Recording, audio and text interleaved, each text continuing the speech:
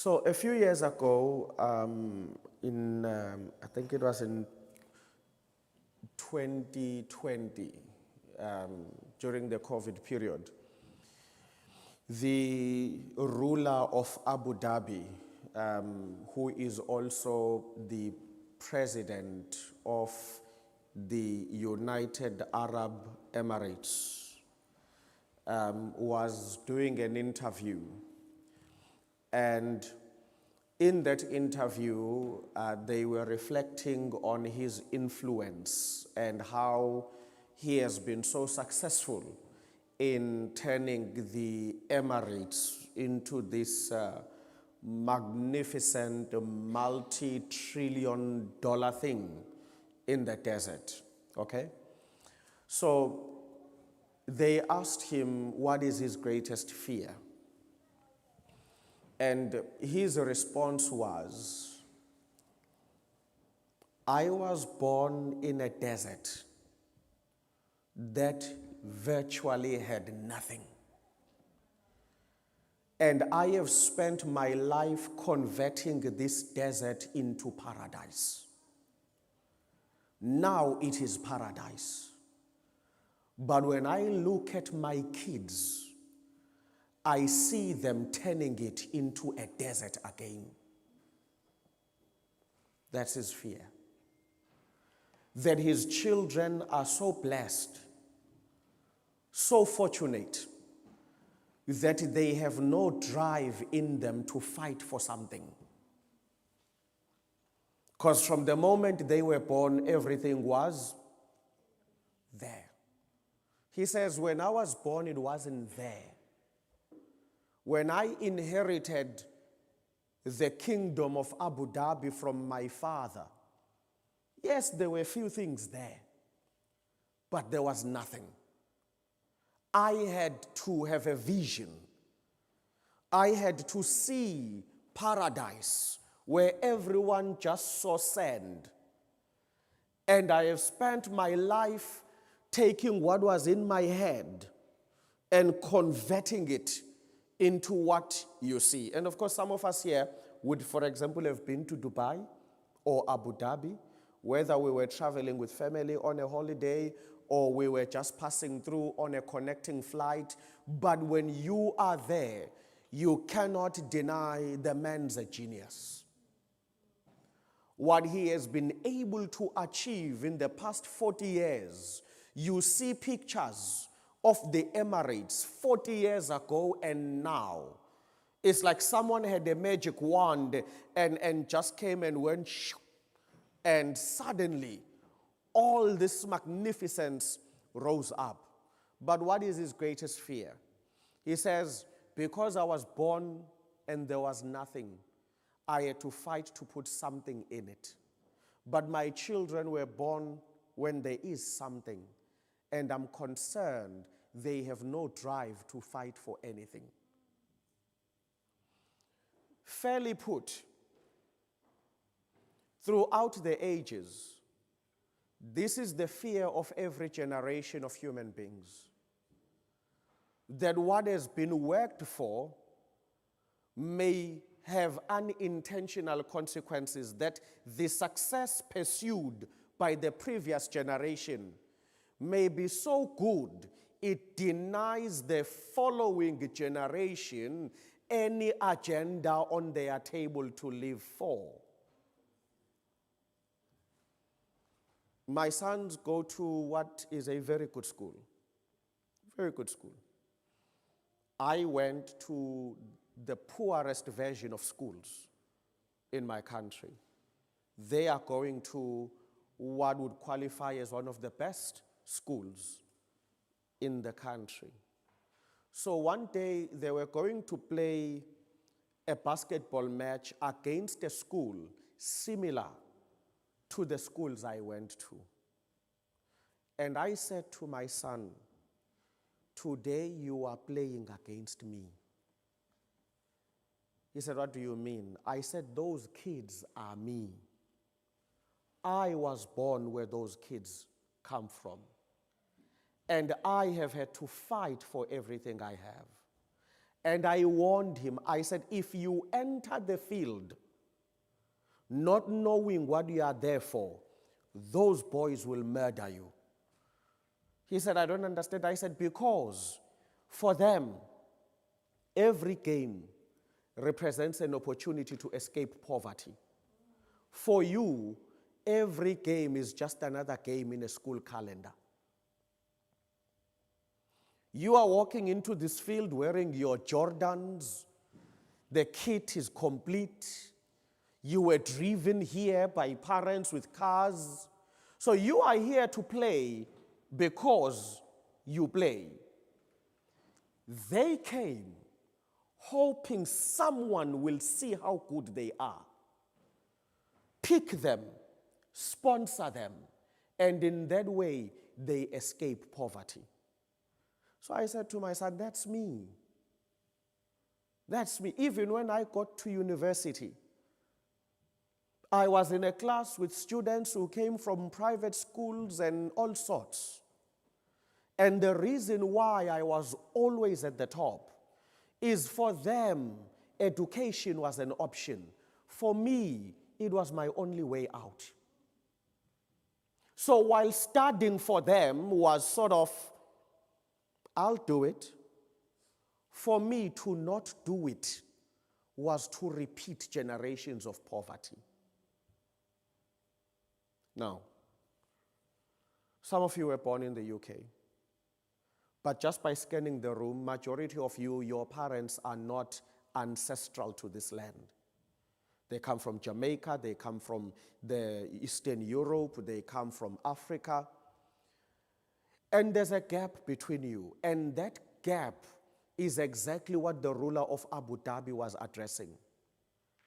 That every generation that has worked hard, survived huge adversarial things, thinking they were doing it for us, they are all now caught in a space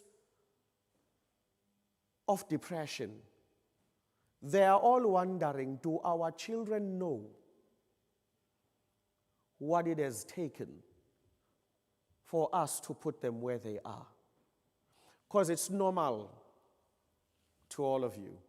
Some of you have never even visited those ancestral lands where your great-grandfather or your grandfather came in from. In fact, as far as you know yourself, you are British. Are we together? Some of you even so British that the T disappear, you become British. All right? And there's nothing wrong with that. Praise be to God. Please hear me very well. Don't feel guilty. But the point is, to the one who has known something else, there's always the fear that my children will not appreciate the blessings on their table. So how do we relieve this pain, this depression, this anxiety? It's very simple. As a young person, you don't need to suffer in order to know you are blessed. Okay? You don't need to go where others have been on your behalf. But there's something that all of you and all of us for generations to come need to adopt. Excellence. Excellence as a way of life. In the UK, excellence as a way of life is becoming a problem. Why? Because you have unemployment benefits, and now you don't dream big.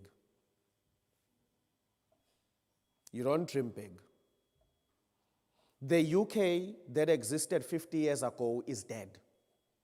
That's the UK that led the world in automotive engineering. Once upon a time, no one could design or build a car like the British. Jaguar, Land Rover, MG.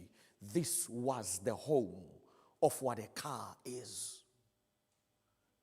50 years ago, British car makers won every rally out there. Companies like Lotus, they led the world, while the Ferraris were still even figuring their way through, and the Porsches and the BMWs were still trying to find their direction. British engineers were doing marvelous things. If you read the news, you will know that absolutely every British vehicle maker has now been bought by some external company. Jaguar and Land Rover are now owned by Tata in India. The Chinese have gathered the rest. What happened? What happened? One generation worked so hard. They produced enough wealth and thought they would protect their children from poverty while their children are still figuring their way through, not knowing they were killing the very light of life, the pursuit of excellence. See, they worked so hard. They produced this powerful economy. And they thought to themselves, oh, while our kids are still thinking about what they want to do, let's give them unemployment benefits. That's going to help them to figure out what they want to do, but not be starving in the process.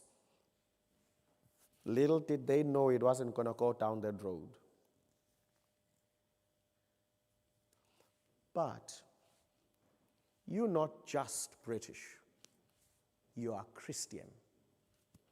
And in the Bible, excellence is a code of life, regardless of what resources you have or don't have.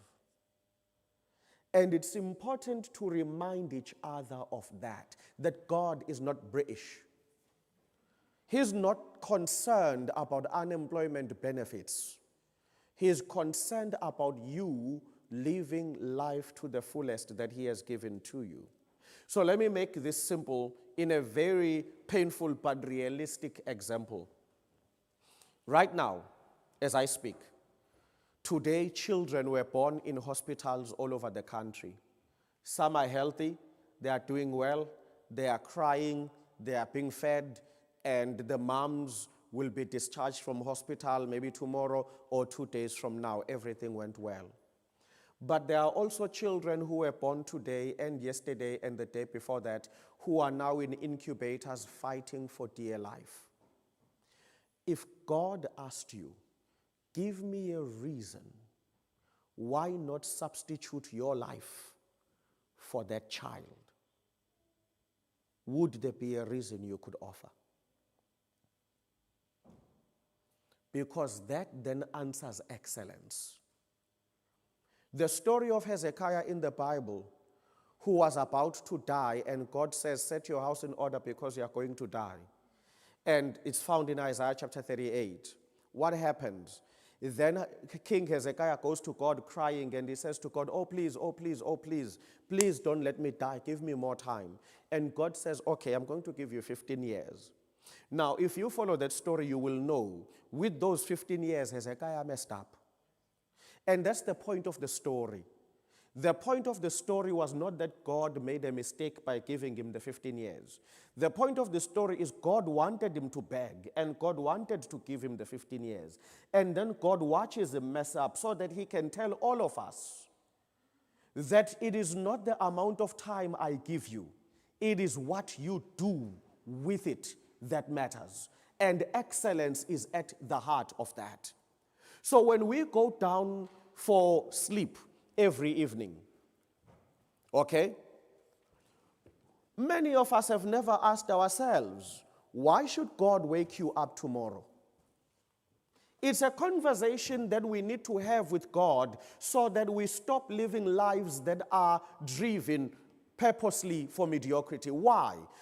I can tell you now, tonight, God will make decisions about who lives and who dies.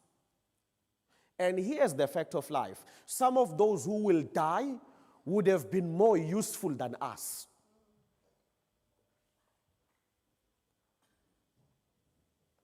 So one would think that the least we can do is then turn to God and say, I am going to take a position of gratitude for the life I have and for the resources you've made available to me. And I am going to pursue excellence in the things I do as a response of thanksgiving for the life I have. as a response of thanksgiving. And that is why I said to you, you are not required to be poor first in order to appreciate how to pursue excellence. It has to be a mindset of wherever you are.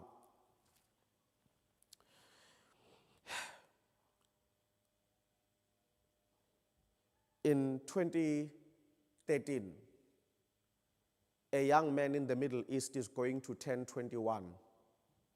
Okay? And his father is the brother at the time to the king of Saudi Arabia.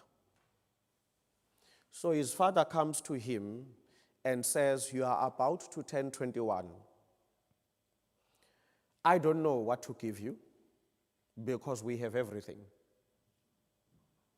So I am going to cut you a check for $500 million as your 21st birthday gift.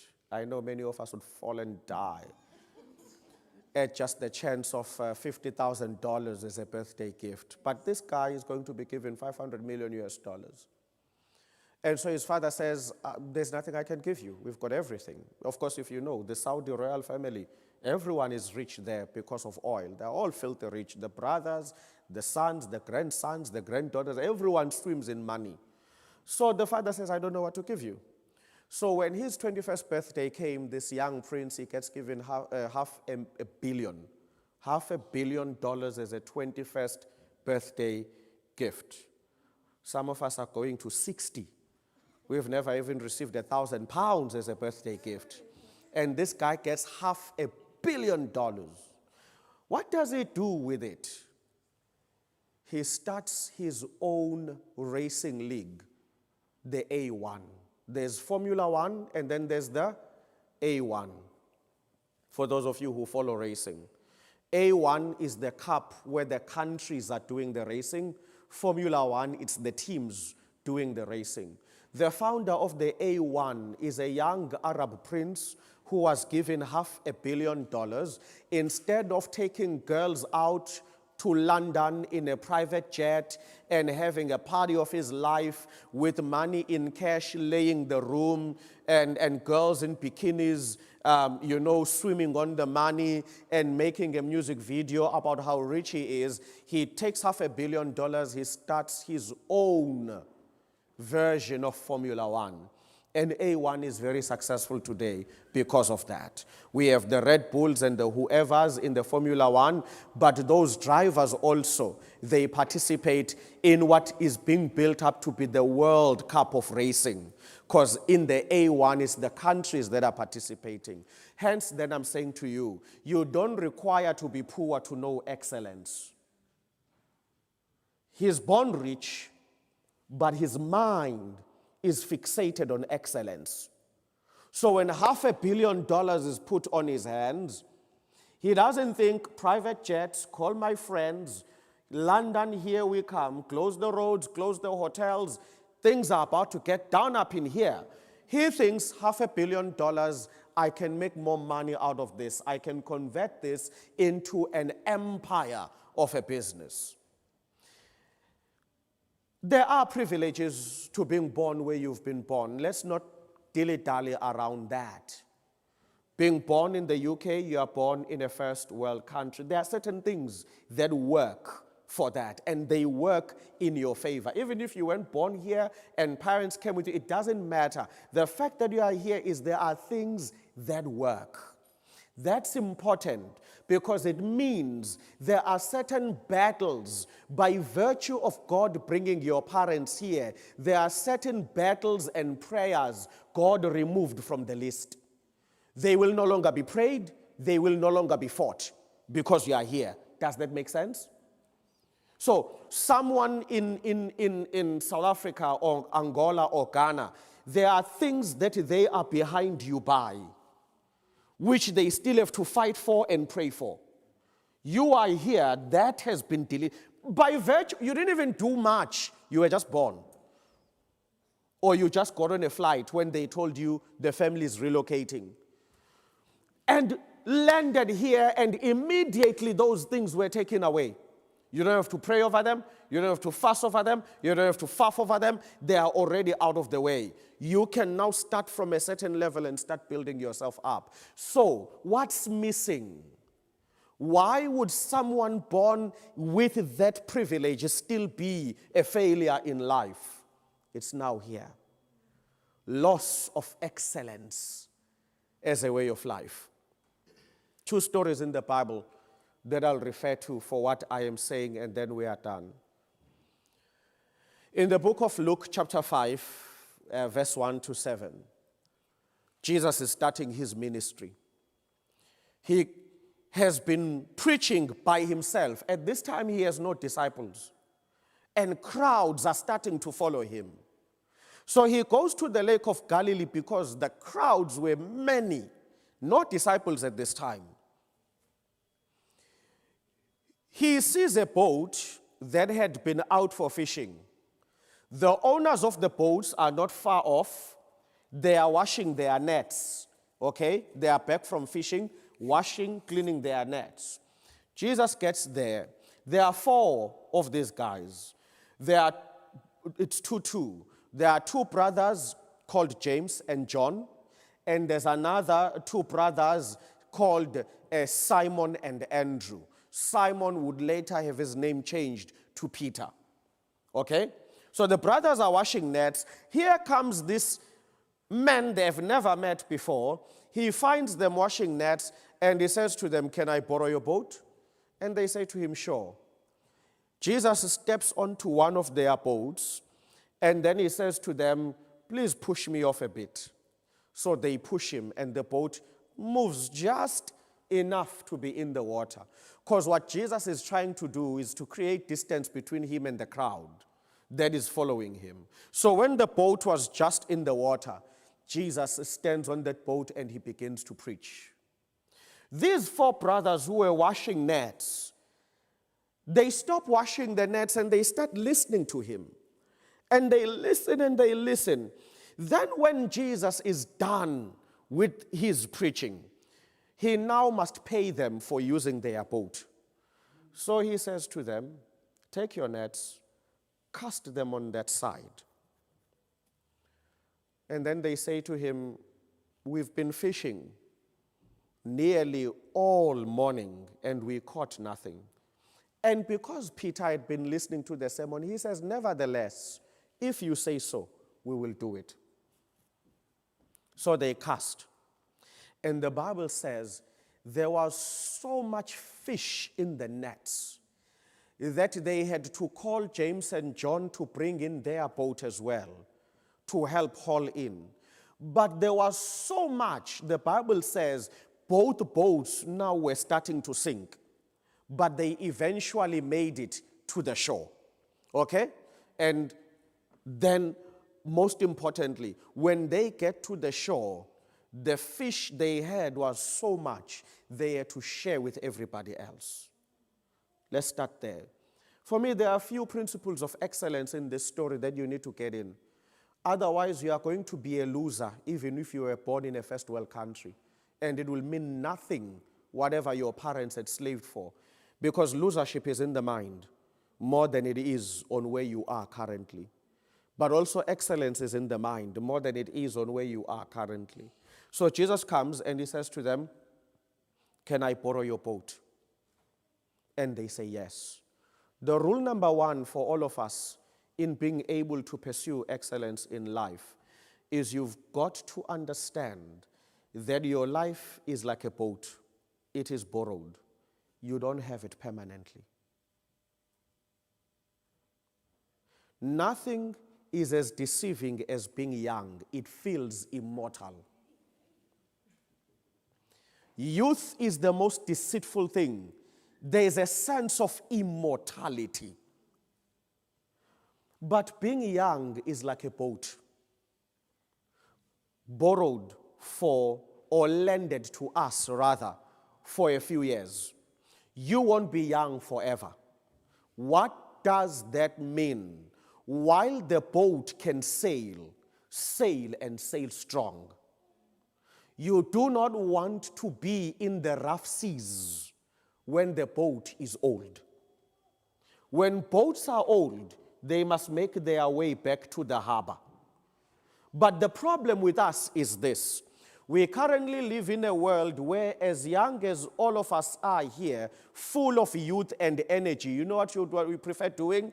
You prefer being in the harbor, your room, passing time by scrolling Instagram, Facebook, and TikTok. A brand new boat, brand new model that God has just released from childhood to youth. It has energy to sail the roughest seas and accomplish the best things ever. What is the boat doing? Moody, angry with the world. Why, we still don't know. But you're angry. Angry about something. Can't really pinpoint what you are angry about, but you're just angry. You want to talk to anyone, you want everybody out of your room. It's just anger and my phone. Anger and my phone. Such precious energy. When the brain is firing up and could figure out so many things. Most of us young people are spending our lives like docked ships when we should be sailing, when we should be exploring every idea possible. Why do you think we've got the trouble that we have in the world of being led by fossils? Think about it. Why is Joe Biden half dead, but still wanting to lead the nation? It is the regret of waking up late and discovering you wasted time. Let me tell you, no one should be the president of any country at 72. At 72, you should be sitting at home with your grandkids, playing. But what happened? When you were 18, 19, 17, 21, 23, when your brain was big and wide enough to study different political and economic ideologies, when you were young enough to actually get into the council in the city where you live, you were so angry with the world. You were so busy with your phone. You thought all that is for old people. Until you yourself approach being old and realize you wasted time. Now you want to make up. You want to make up for all of it. Even the church is the same. Do you understand? We have elders in their 60s running the church. Aren't we frustrated as youth? We are. Why? Because they don't understand us. But let me be honest. They are not different to you. You are them 40 years from now. They are also only now trying to do something for the Lord. Why? Because it's boring to commit to Christ fully when you are youth. Until you realize you are growing old and the energy you needed to service God should have been used back then. There's no reason why church should be boring for the youth, except when the youth are like a docked ship in a bedroom, just scrolling your phone for a living. Then that's where we miss it. These churches, if I could tell you now, all of you here, the young people, you could take over this church in less than 6 months. Don't worry about the old people. They don't even have half the energy you have. They don't. If you were consistent that you want the church to be a place where your spiritual needs are really met, you would stop waiting for people who don't know what you are going through to plan a program for you. And you would stand up and take charge. You would stand up and say, actually, we know our needs, we know what we need out of life, so no, we don't want that speaker, we want that one. We don't want that leader, we want that one. We don't want to go there, we want to do this, because we know that at our age and for our difficulties, that is what Christ needs to address in our lives. But again, if you are docked in your room, you are absent, from such things. And then by the time you wake up, time is no longer on your side. So now you have to rush. So rule number 1, all life is a borrowed boat. Stop acting like you deserve it or you are entitled to it. All humans are renting life. All of us. No human being as of yet holds the title deed to life. All of us are in a rental business. And at some point, the lease gets cancelled. The sooner you know that, the sooner you use your boat wisely. That's the sooner you start thinking, when I open my laptop, my phone, my iPad, what am I doing with my borrowed time? Because this lease will come to an end. That's a given. And no one said it comes to an end at 90 years. The lease has a surprising clause where it ends spontaneously and there are no appeals. There are no appeals. There's a little clause there called death. Very sneaky fellow. Are you with me? Unexpectedly, he pops up under the boat, plugs a hole, and everything sinks. So that means the first pursuit of excellence is the value of life itself. You've got to be very clear that the life you've got is by no means some kind of a guaranteed relationship. It's fixed, it's minimal. What are you going to do with the boat? So Jesus gets on the boat. He pushes it off from the crowd. There's the crowd, and now there's water, and then there's him. That's the second lesson. Excellence is not a majority issue. You cannot pursue excellence if you are still waiting for everyone around you to approve of what you want to do. Many of you are so obsessed about your friends liking what you need to do. Take a distance from the crowd. Push your boat out just a bit and think, what do I want with my life? What is the rule in every crowd? In every crowd, there's a desire for belonging. So what does that mean? Anyone who develops an idea that sets them apart, the crowd fears losing you, so they pull you back in. No one has ever succeeded in life by agreeing with the crowd, because the crowd likes everyone being together. And being together means stagnancy. Because we must all do the same thing. We must all think the same thing. We must all appreciate the same thing. No one in this life can say, I owe my success to thinking like everyone.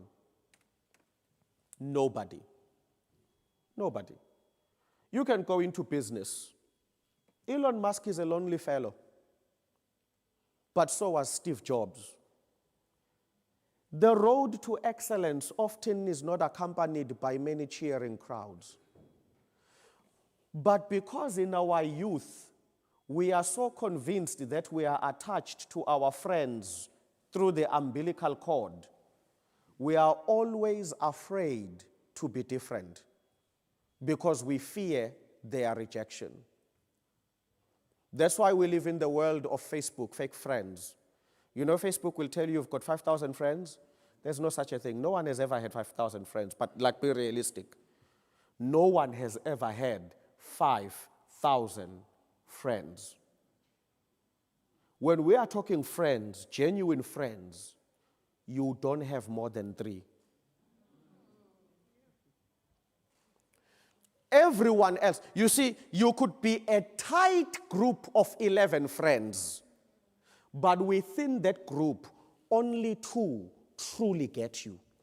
That's why in a group of friends, there are groups of friends. So you don't have 5,000 friends. You don't. And the sooner you realize that, it's the sooner you will start bringing soberness to knowing where you want to go in life. Push your boat a bit further and don't be afraid. Push your boat out. Think on your own. Pray on your own. Speak to one or two people whose views you trust. Because if you are waiting for the group to suddenly make sense, it's not going to work. You know, when I was in high school, I had a friend who taught me something very, very, very important. His name was Bongani Ndlovu. He went on to study chemical engineering and do other great things. You know, we would all be playing and developing name calling for the teachers and stuff like that. You know, I'm sure many of you have done it. We had names for the teachers, which are not their official names. So, you know, they'd be passing by and we would be calling them names. Here passes so and so, here goes so and so, and all of that. And it would be a great time and we'd laugh and everything, you know. Bongani was intelligent. We were together from, I don't know what you would call it here, but from the first year of high school to the last year of high school, we were in the same class, okay? And there were three of us. It was him, myself, and a girl called Tulile. The position one was always between the three of us. It was always us exchanging. We were always either 1, 2, or 3 every term. We rotated. And Bongani always said, because my surname is Mazibugo, and down where we come from, calling each other by surnames is a respectful thing. So he'd always say to me, Mazibugo, we must laugh with them, play with them.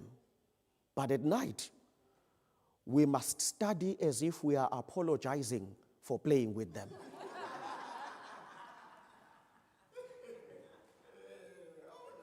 And that is why people we played with in class never understood why we are in the top 3. Because we were with them. We were playing with them. But Mazibugo would always say, Bongani would always say, when we study, it must be like we are apologizing for playing with them.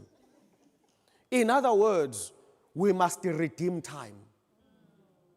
The former Prime Minister of this country, the Iron Lady, Margaret Thatcher, said something very important. When she was asked why she was so successful and how she managed to produce some of the best conditions for the United Kingdom, in spite of some of the troubles that she faced, she says, I was never the smartest in the classroom. She says, but here's what my father told me. She says, my father taught me that where the intelligent put in 1 hour, Margaret put 3. Where the smart go 1 mile, Margaret walked 3. And so she says, in my political career, I have always relied on my stamina. They may run faster, but I will be in the race the longest. Push your boat out a bit. Do you know where you are going? What is your plan for getting there? But if you think the crowd must approve you, you are in trouble. Everyone needs distance from a crowd. If you read your Bibles, you will know Jesus occasionally left the disciples to go pray on his own. Take distance from these people you trust so much. Take stock of where you are going. So we value life because it is borrowed.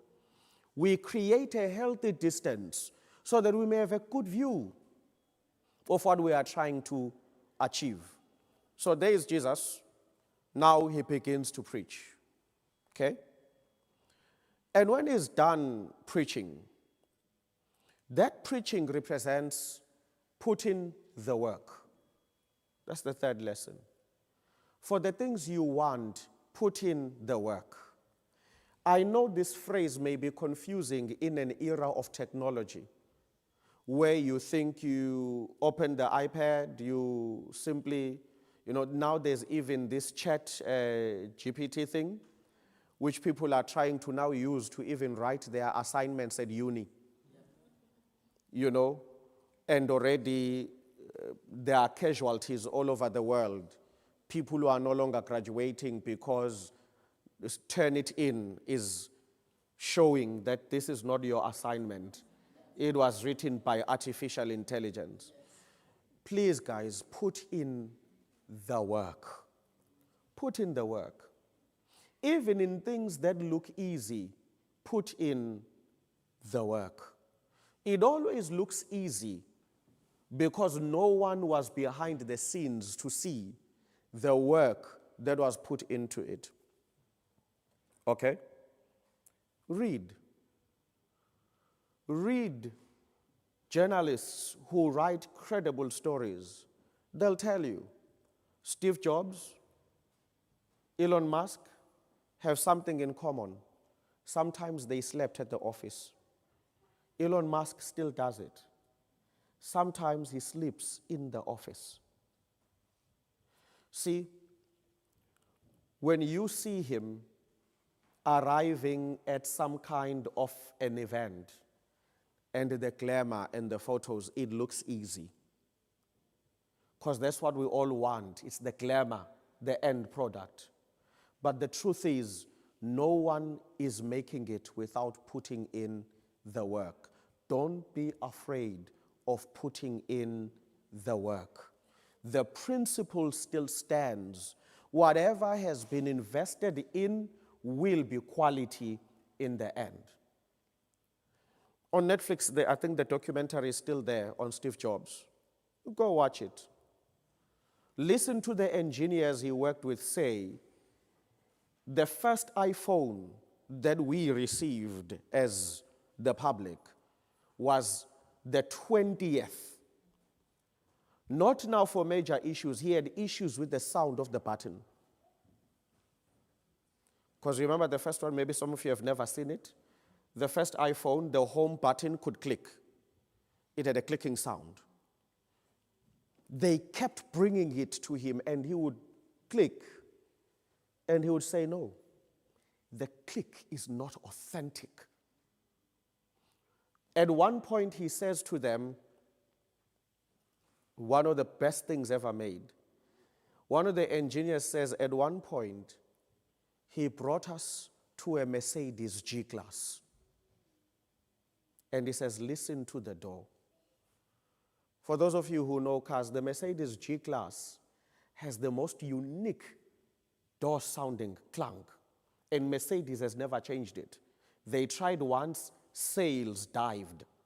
When owners closed, and they just said, bah. And owners said, this is not a G-Class. When you close a G-Class door, they say it's got a G-clunk. Yeah? It has a unique clunk. And he says to them, listen to that. The door closing itself is signature. It says, I want to hear a signature button. So they had to redo it. Please, let us not be fooled. Put in the hours. Put in the hours if you want things to work out. The last two lessons from this story. Jesus is done preaching, and then he says to Peter, Simon, thank you for giving me your boat. Now, cast the nets there. That is where you will find fish. In the spirit of excellence, cultivate thanksgiving. Cultivate thanksgiving. You will not go far in life if you keep taking from people but never saying thank you. People will remember you and they won't forget. And people will go tell each other, not that one. I helped him, I helped her, and he never even said thank you. Do not take for granted People will hold power in places where you will desperately need it. But they'll remember you just for the foolishness of youth, that you were never kind. You take for granted that we are all here in church together. You never greet me. You see me in church every Sabbath. You never greet me. You know the youth beef that we have, which really doesn't have a source. But some youth just don't like each other. But you forget, you are not the writer of my life story. Today, we are youth together in the Adventist church. You don't greet me for some reason which you don't know yourself. That's fine. Tomorrow, I'm a judge in a court. Are you with me? I am a senior immigration officer. Suddenly, I'm useful, but my memory of you is bitter. We can speak in the ideal. No, people should never, use personal issues where they are working. Oh, please, that's a dream, a utopia for when Jesus comes. The reality is people will use their power to satisfy a feeling that they have. People remember each other. People remember each other. And as I remember you when we were kids in church, when we were youth. You never greeted me. I remember you saying I don't fit into your crew. I remember you. Now here you are trying to laugh about it. Oh, things of childhood. Childhood to you. To me, the pain is still real. Kindness will unlock so many doors for you. Thanksgiving will unlock so many doors for you. Simple things will change your life. The fact that you were, please listen, I'm not talking about world-moving things. I am talking simple things, coming on an elevator in a building, and you nearly bumped into each other, and you say to someone, oh, sorry, excuse me, would you mind going in first? And only to realize you are going to the same floor, and that person has the signature you needed. I've had that experience of being helped and getting what I want because the person ahead of me had been rude to the person we are going through. Do you understand? And now because that person is pissed at this one, they are definitely going to deny them and approve me just to show him that they did have the power to also approve them, but you were rude. Thanksgiving and kindness will unlock so many doors for you. Jesus could not just preach and walk away. He knew that he had to say thank you to them for borrowing the boat. So he says, put the nets there. They put in the nets. And the Bible says they drew out so much fish, a second boat had to come. When the second boat had come, lo and behold, they were also nearly sank. So they had to share the fish with everyone that was out there. And that's the last lesson I'd like to share with you. The true measure of excellence is not in the mansion you will be able to buy for yourself or the car you are going to be able to drive. I want to contradict the world that wants you to think excellence is when you drive a Ferrari. True excellence is when multitudes can point to a better life because of you. Amen. The final gift of your life on earth is that because of you, fish must be delivered to many who would not have had it. So you see, when Peter and John and Andrew borrowed Jesus their boat, they didn't know that in the end, from the same boat would come enough fish, not only for them, because they sold fish for a living, but also the multitudes that were there.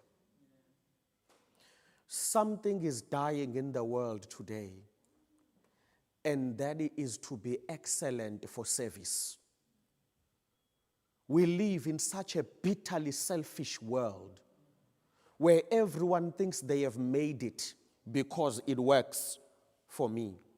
So if I have my house, my big car, if my parents can afford for me the phone I want, the car I want, if we as a family take fantastic holidays, if we are happy, then everything is fine. That is not the way of Scripture. The way of God is very clear. While God will make you succeed, His target is to bless many through you. So, wherever you go in this life, let this haunt you. If others cannot thank God for your existence, then I don't care how much money you will have, you were never successful. If there are no people who can go to God and say, Lord, thank you for that lady. Thank you for that gentleman. If no one approaches God with gratitude because you exist, then no. No, you have not yet tapped into excellence. Because it means all the fish are still in your boat and the world has not benefited. We must leave the world better than the state we found it in. We must. Cannot look at somebody sleeping on the bridge out there and just say to yourself, oh, well, tough luck, it's their choices. Absolutely no. No. We all have a duty to make sure when we leave this world, someone will have benefited from the fact that I was breathing. Make that intentional. Make it intentional as you continue to grow. You don't have to work on millions. Just one. Just one. Simple things. You know somebody who sleeps in a particular spot on the road, a homeless person. Make it your mission. I am going to get this person bread every day when I go to the shops to do my things. I'm going to get them bread. I'm going to get them juice. That's what I afford, and that's how I'm going to make my contribution. Now, don't worry about when will they leave the street. God has appointed somebody else to do that. And when that person plays their role in due season, you'll pass there one day and that homeless person is no longer there. But while they were there, you played your part. See, here's the issue. We look at people and say, but no, if I give him food, he's a drug addict, he'll always be here. Don't get it twisted. It's not your call to cure their addiction. Someone will respond to that call, respond to their hunger. Are you with me? Because that's what God has put in you. You're not here the auditor, to be the auditor of everything that went wrong in their life. If God has impressed upon you that I can get this person a plate, get it. Somebody else is being worked on by the Holy Spirit to help them with their addiction. Somebody else elsewhere is being worked on by God to get them a job when the addiction is done. And when all of us have played our part, we will have changed their life. So my duty was to keep them full while God was enacting stage 2. Someone will come and say to them, come, let me take you to a rehab center and I'll pay for you. And they'll get up and they'll go. That person has taken over from you. While they were in the street, you answered the call to feed them. Just making an example with a homeless person. But it could apply anywhere. The point I'm making is please don't wake up and go to bed just for you. You wake up, it's about me. You go to bed, it's about me. You wake up, it's about me. You go to bed, it's about me. That's not how the Word of God works. The Bible is clear. Even while you have your own challenges in life, there are places where you can be an answer to somebody else's prayer. So we don't wake up to just say, oh Lord, I've got problems. We also say, Lord, what do I have that can help somebody else? Okay? May God bless you, and may God keep you. Those are the items we needed to share. All of you are visitors. It was a youth section.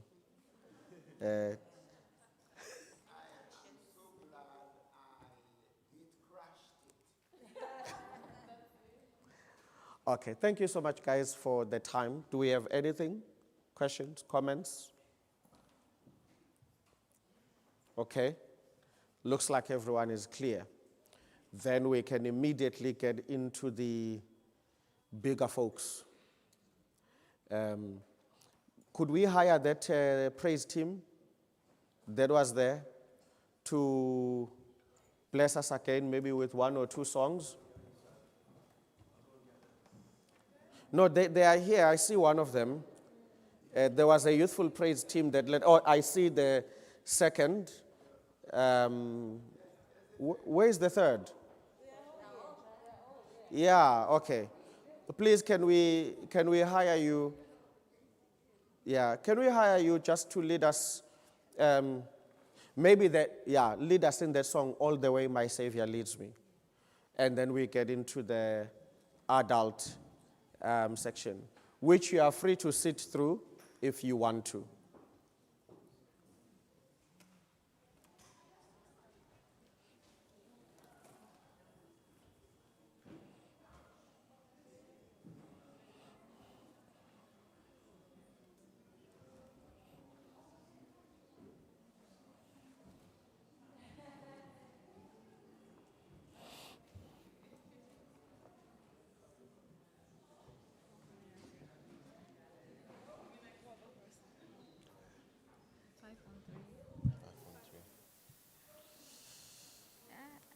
I'm just guessing, guys.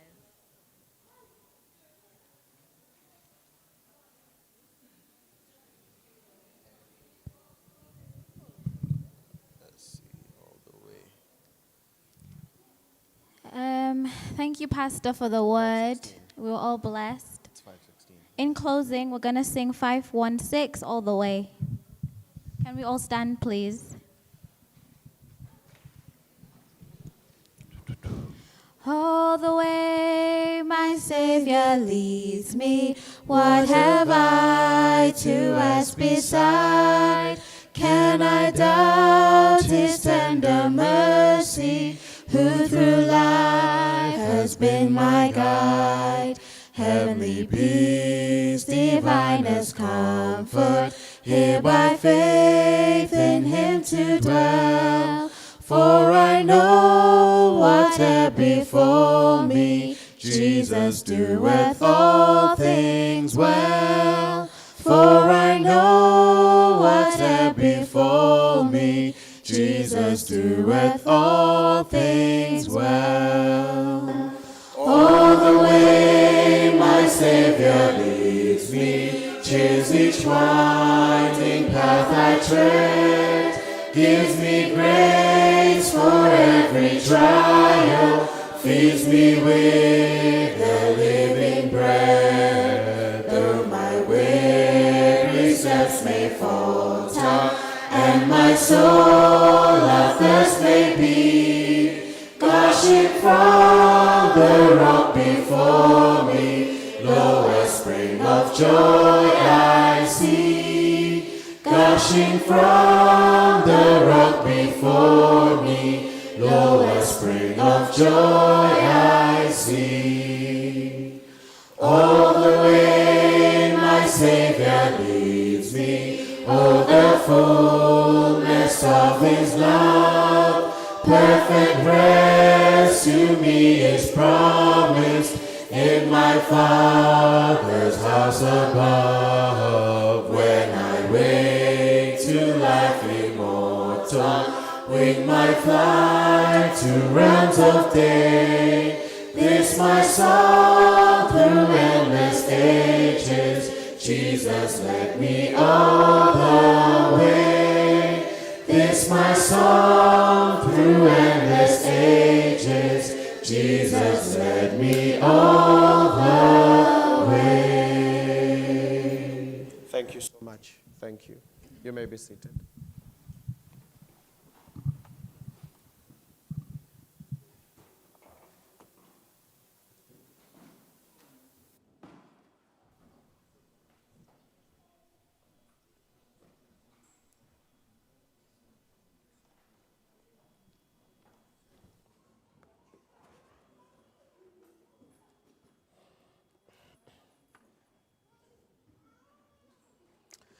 All right, let me greet you all once again in the name of our Lord and Savior Jesus Christ, amen. We are in our adult section now of the presentation. Thank you.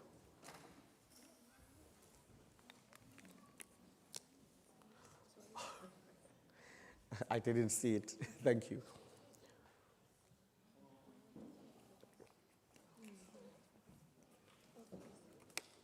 Okay, let me ask, how many of us here are in relationships?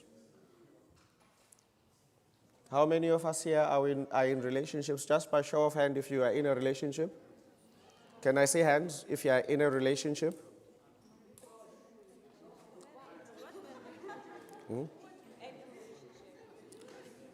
The question just stands as I've asked it. Anyone here who's in a relationship? Okay. I asked it that way deliberately because when I say relationships, I did not say love relationships. I just said relationships.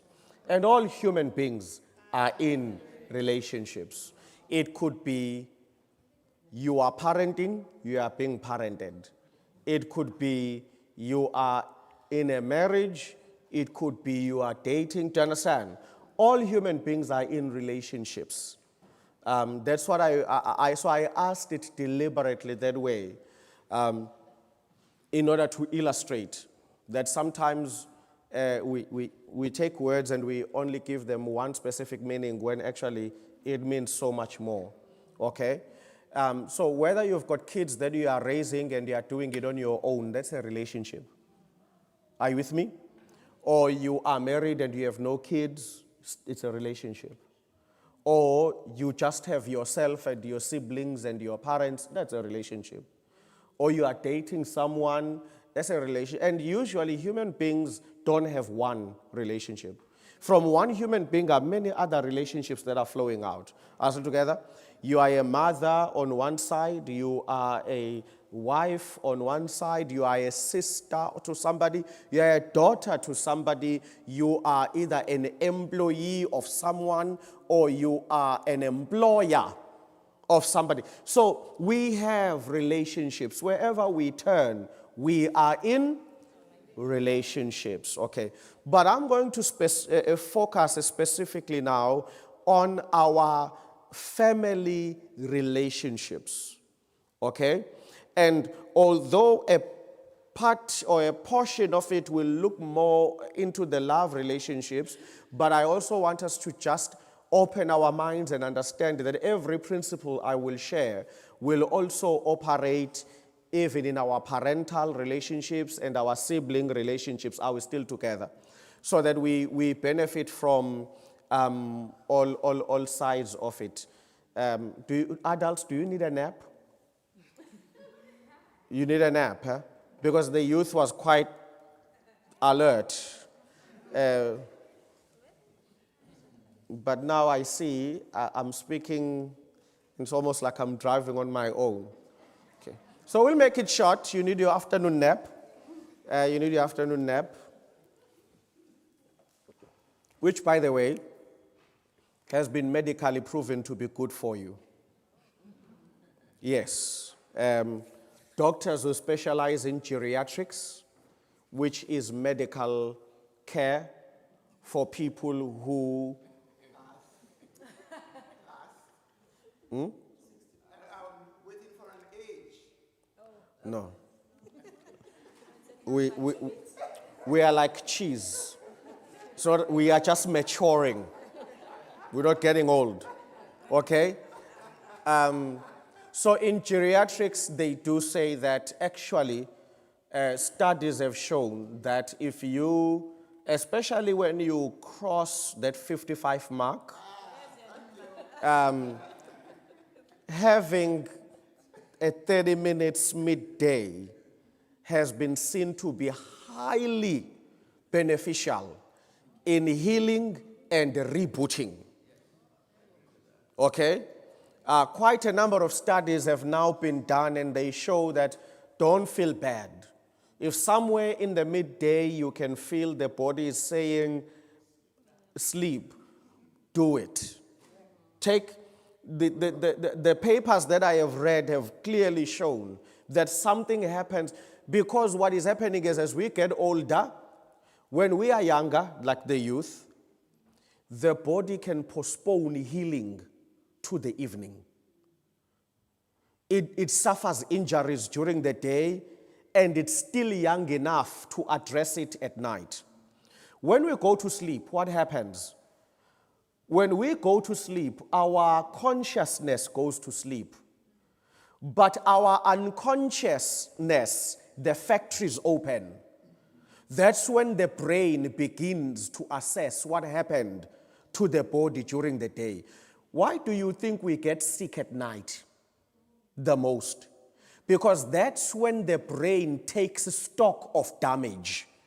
And all the pain is being reported to say, oh, during the day, this happened, that happened, that happened. Because at night, the brain begins repair work. Make sense? Like in the construction. Somewhere around 10 p.m., all over the UK, construction begins. Road maintenance, train maintenance. Because now no one is on the roads. And somewhere around 4 a.m., they stop. The body is the same. Once we fall asleep, the conscious body is sleeping. The brain begins massive overhaul, construction work, repair. Where there was a cut, now cells are being deployed. Where there was a bleed, now it's a whole lot of drilling and hammering happening while we are still sleeping. Okay? So if you need a nap, it's okay. I'm just trying to say that don't feel bad. Maybe one day we'll even build churches with sleeping pods. Where after lunch you can just go slide in 30 minutes, then come out refreshed for the afternoon program. Take your Bibles with me to the book of Genesis, chapter 20.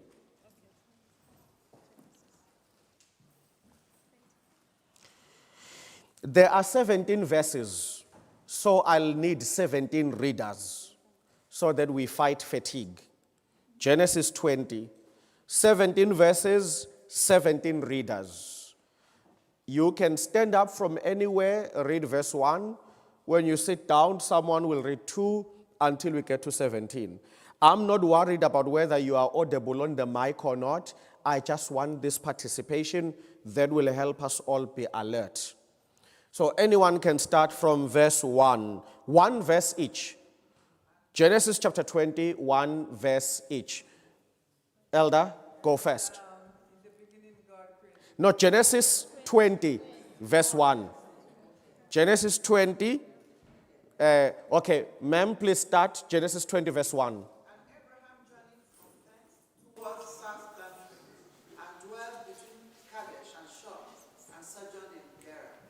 2. Abraham said to Sarah, his wife, she is the sister and Abimelech, king of Gama, Temzah Sarah. 3. But God came to Abimelech in a dream by night, and said to him, Behold, thou art not a dead man, for the woman which thou hast taken, for she is a man's wife. 4. But Abimelech had not come near her, and he said, Lord, I'm innocent. would you destroy me 5. and my people? Said he not unto me, she is my sister, and she herself said, he is my brother. In the integrity of my heart and innocency of my hand have I done this. 6. God said unto him immediately, Yea, I know thou of this in the integrity of thy heart, for I also withheld thee from sinning against me. Therefore suffer I thee not to touch me. 7. Now therefore restore the man his wife, for he is a prophet, and he shall pray for thee, and thou shalt live. And if thou restore her not, know thou that thou shalt surely die, thou and all that are in thine. 8. Therefore, Abimelech rose early in the morning and called all his servants and told all these things in their ears. And the man was so afraid. 9. And Abimelech called Abraham and said unto him, What hast thou done unto us? And what have I offended thee, that thou hast brought on me and on my kingdom a great sin? Thou hast done deeds unto me that ought not to be done. 10. And Abimelech said unto Abraham, What sawest thou that thou hast done this thing? 11. And Abraham said, Because I thought, surely the fear of the God is not in the place, and they will kill me on account of my wife. 12. Besides, she really is my sister, the daughter of my father, though not of my mother, and she became my wife. 13. And it came to pass when God caused me to wander from my father's house, that I said unto her, This is thy kindness which thou shalt shew unto me, and every place whither we shall come. Say of me, He is my brother. 14. Then Abimelech took sheep, oxen, and male and female servants, and gave them to Abraham. And he restored Sarah his wife to him. 15. And Abimelech said, Behold, my land is before thee. Dwell where it pleaseth thee. 16. Then said to Sarah, he said, Behold, I have given your father 1,000 pieces of silver. Indeed, this vindicates you before all who have with you, before everybody. Thou will 17. So Abraham prayed to God, and God gave Abimelech his wife and his female servants. Then they bore children. 18. For the Lord had closed up all the wombs of the houses of Abimelech because of Sarah, Abraham's wife. Thank you very much.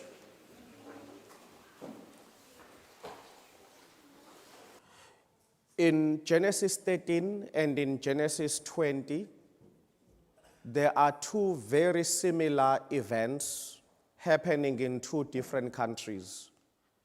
In Genesis 13, Abraham arrives in Egypt with his wife Sarah. And when they get there, he lies and says she is his sister. That is because the Pharaoh of Egypt had been told of her beauty. So God then came to Pharaoh and warned him that he would destroy him if he does not return Sarah to Abraham. That was done. In Genesis 20, they are back in Canaan land. Lo and behold, they do the same thing.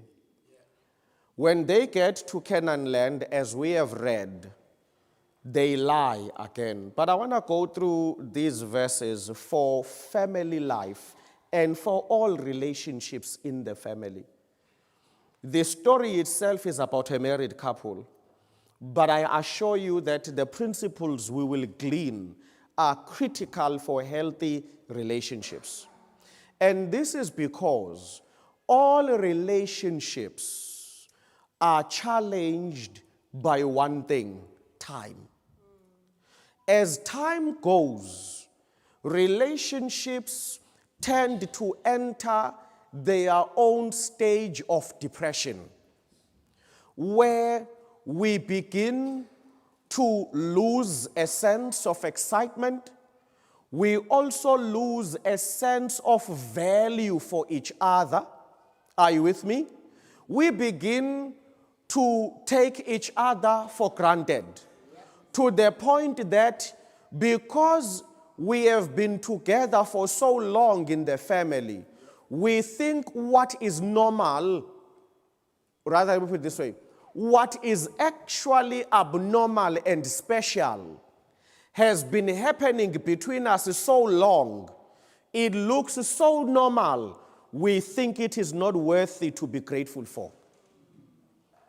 Are we still together? And this is where relationships, whether parental or marital, they begin to take a strain.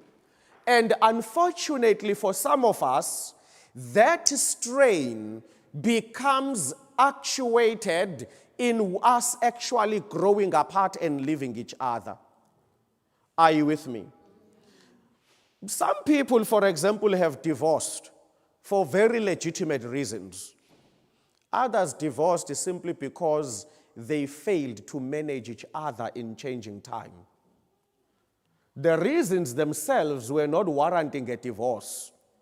The problem is they had been around each other for so long, they were convinced they had made a mistake. Okay? Others don't leave. They just fetch chaos and bring it into the home. As a result of now treating what is special as ordinary. So we won't focus on the story in chapter 13 because all the elements we need we are going to find in Genesis 20. So let's begin there. This whole thing begins with the lady, okay, called Sarah. I'm married 13 years now, same wife.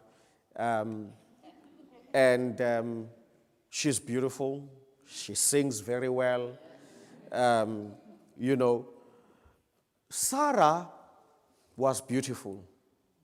But here is something about Sarah. Are there any 75-year-olds here?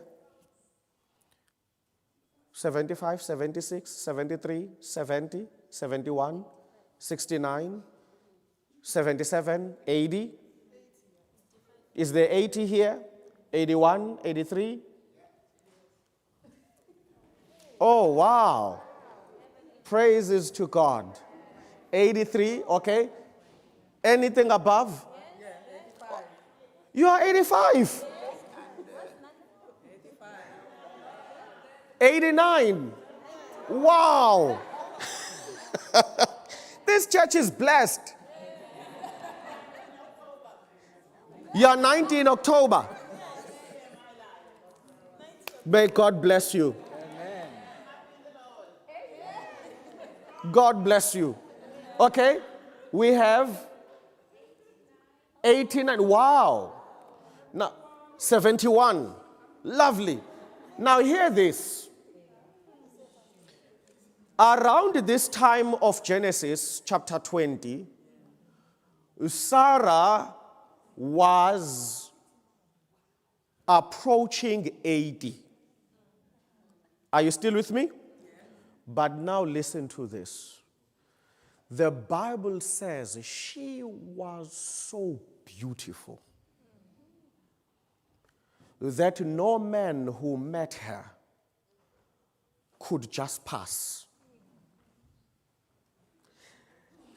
The good thing for Abram, he was a rich, powerful man with 300 servants who were also soldiers. Remember, he used them to rescue Lot.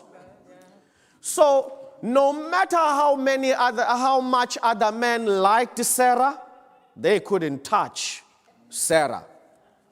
But the problem is there were men who were stronger than Abram, like the pharaohs of Egypt and the kings of the Canaanites. They had bigger armies, bigger budgets. Sarah was very beautiful. Now here you are going to have to follow me very carefully.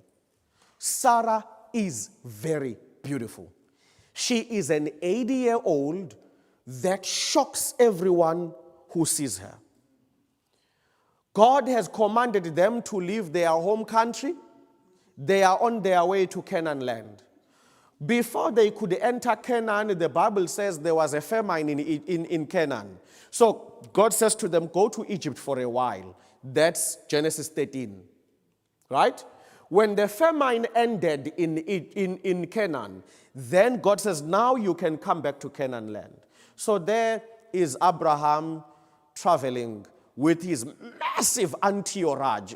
Abraham doesn't travel one or two. When Abraham is on the move, it's hundreds of camels and cattle and donkeys and goats and sheep and 300 servants and wagons upon wagons carrying tents and food, because he on his own was a small nation. I mean, he has got 300 male servants. He has got, the Bible doesn't even number the female servants or the children of those servants. Okay? They get to the border. They need to have their passports stamped. Border control. Okay, what's the purpose of your visit here? Oh, we're just visiting Canaan land. Oh, okay, do you know anyone here? Do you have got relatives? Those are the typical questions on the border post.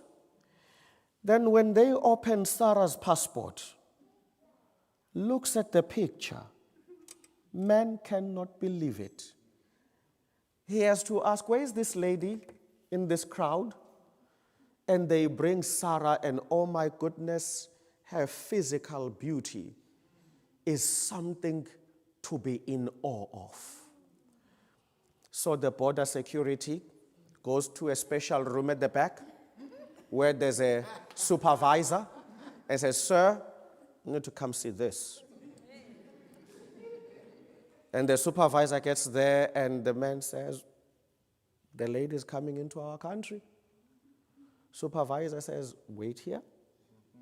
Goes into another back room where there's a red phone, picks it up, dials 1, goes directly to the palace and says, stop everything, tell the king to come to the border. There's a lady here who's just arrived. Now there the Range Rovers with blue lights on their way to the border. King Abimelech arrives. There is Abraham and Sarah now sitting in a room somewhere like they were smuggling drugs. And border security says, Your Majesty, meet Abram and Sarah. When Abimelech sees Sarah, stop my heart. I am in love. And he says, right now, who are you to this lady? And Abram can tell, if I say she's my wife, I'm a dead man walking. Because they'll just remove me so that they can have her. And he says, she's my sister. And they say, lady, who are you to this man? And she says, that's my brother. Abimelech says, good, we are getting married.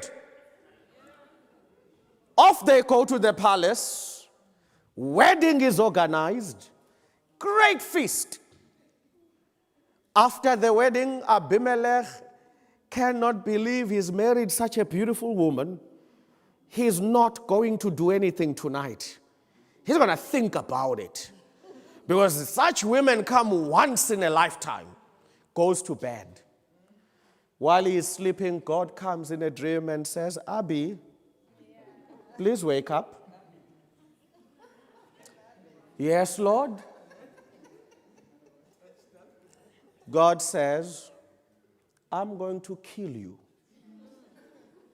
for you took a wife of a prophet. And Abimelech says, me? Can't be me, Lord. I got married today, and the woman I married was traveling with her brother. And nothing else, no husband. And God says, that man is her husband. And if you do not return her to him, not only will I kill you, I will finish your people. Abimelech says, oh Lord, have mercy, please have mercy, in the innocence of my heart. With a clean conscience, I married this woman thinking she is with her brother.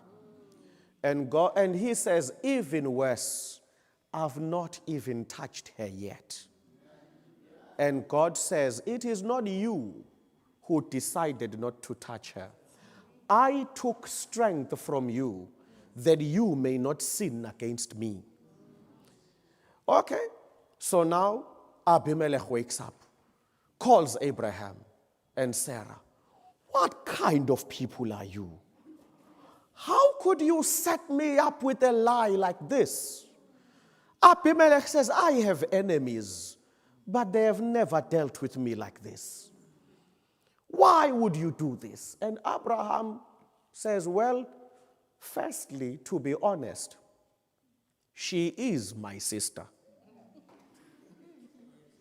She's the daughter of my father, but not my mother, and I took her to be my wife. Don't try it today. Don't try it today. You will be imprisoned. No, literally, countries have anti-incest laws. Try it today. We will do prison ministries for you. Okay? It was doable 4,000 years ago. Are we still together? Can't try it today. So, and then he says also, I thought because there is no God in this place. Remember, he started worshiping, he himself used to worship many gods until God revealed himself to him. So now, he doesn't associate with the many gods believers. So he says, I thought there is no God in this place. And Abimelech then says, here is silver, here is gold, here is this, here is that. And in front of all my servants and everyone, I declare, I never touched your wife. You are both vindicated and you are clean and blameless. And he further says, here is my country. Choose any land and settle there. You are free to go. So they leave. Now let's come back to this story for the sake of our family life. So Abraham and his wife Sarah are a good family. They have one thing. Sarah is a very beautiful woman. So beautiful that the family needs a plan to manage her beauty. Because her beauty is something you can't ignore. It's not ordinary. It needs a management plan. Lesson number 1. All families are beautiful. Failure is in the management plan. All of us have been blessed with beautiful families. The problem that makes us envy other families is other families have invested in a plan to manage and keep their beauty. You have not. Now, when you look at other families, you are full of envy, not realizing there's no magic to their existence. What they simply did is they stopped asking for what others have, and they developed a plan for what God has given them. Let me be very clear. Most families fall apart precisely because instead of investing in the beauty of your family, you are busy asking what other families are doing right. I'll tell you what they are doing right. They are daily working on a plan for their beauty. That's it. That's it. No one has a more beautiful wife than yours, or a more handsome husband than yours, or whatever. All these things we see in other people and envy, they are a product of people working together to keep each other happy. But if you don't do it for your family, you will start comparing your family with others, and you will start envying what others have. No one has better children than yours. All children are troublesome. The reason you look at my kids and think they are good kids is I have a management plan. That plan allows you not to see their dark side. And their dark side is our issues. We know their dark side.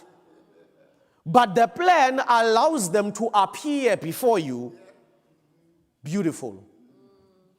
And this is where many of us have failed. We are looking at our kids and saying, what's wrong with you? No, what's wrong with you?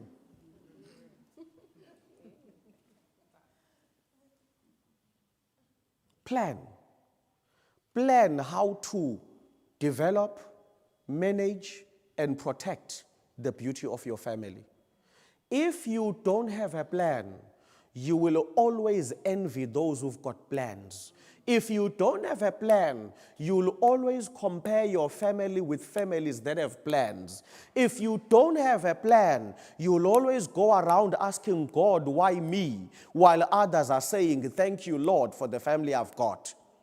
No one has a family that has no problems. Listen to me very carefully. I am your pastor. I am not your husband. I am her husband. Are you with me? As a husband, I am not like a pastor. As a husband, I come with my load of troubles. Do you understand? But the reason we are happily married is not because I'm perfect. It is because God has given her enough strength and a plan to manage the trouble that I am.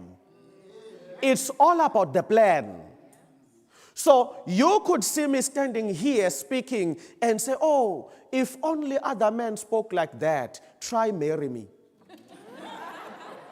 You might run out after one day and you say to her, how on earth did she deal with this? Please hear me very well.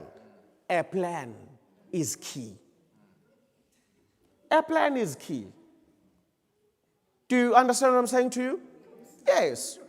I'll sit with guys complaining about their wives, and some of the things they complain about are things that my wife does as well. The reason why I'm not planning to leave or I'm not cheating is what separates me and them is the plan. I agree when I listen to their complaints. Oh, okay, so women do pretty much do the same things in every home. You know, here and there, not like 100% identical, but there are things you could say, oh, it's not just my wife. You know, his wife's doing it, his wife's doing it, his wife's doing it. Oh, okay. But while others are kicking and screaming, Elder Risa is saying, I'm tired of this woman, I want out. Why do we show up every day in the same house happy? A plan. A plan. If I say to God, give me a plan and the strength to love her, that's it. Because it doesn't matter whether I marry you or you or you or you. You have your own loads of trouble. And as long as I don't have a plan, I will never be successfully married with either of you. There are people who are on their 6th marriage now. They are still convinced it's everyone, not them. I've met people who are on marriage number 5, and even there they are planning to leave now. And you ask, what's the issue? You know, I'm just cursed. I'm cursed with the wrong type of women. So in all these 5 marriages, you've never paused to say, Could it be me? No. They can take you through a forensic analysis of the faults of every past wife. You see, my first wife, Pastor, let me tell you what was her problem.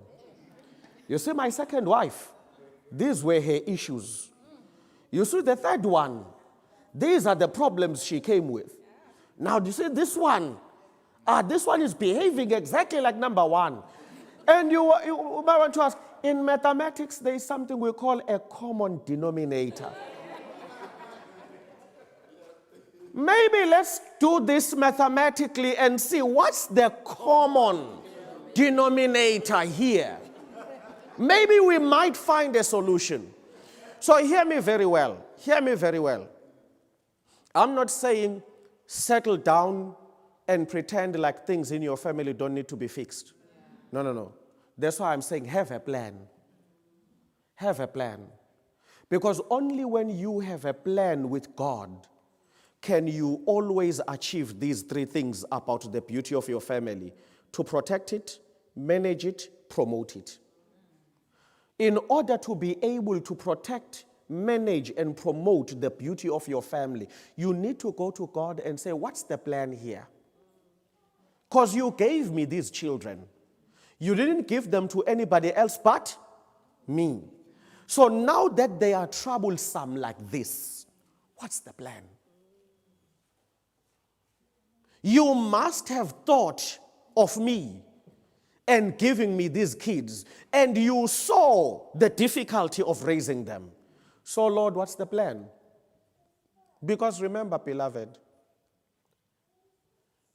if you watch nature shows, you will know a snake produces eggs. Yes. Snakes will produce eggs. And what snakes will do when they give birth, the eggs that never fertilized, she turns around and eats them. Only a snake can eat a child that didn't turn out well. Humans don't have that option. So you can't look at your kids behaving in a manner you don't like and want to be a snake, turn around and eat what didn't come out well. With human beings, beloved, it's a one-way street. Once they have come out, it's one way. Are we together? And we then need to have conversations with God and say, Lord, you've given me these children, my 3 sons, my 2 daughters, my sons and daughters, my 1 daughter, my 1 son. Now, Lord, what's the plan? When you saw that I'm going to have this child and these are the difficulties that are going to arise in raising them, what's the plan?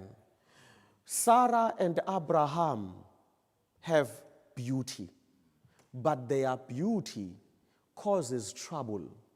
So they knew we need a plan. So many of our families are not focusing on our own plan. Okay? That is why, for example, one of the worst things you could ever do for your family life, especially for us who are married, is to cheat. Do you know why?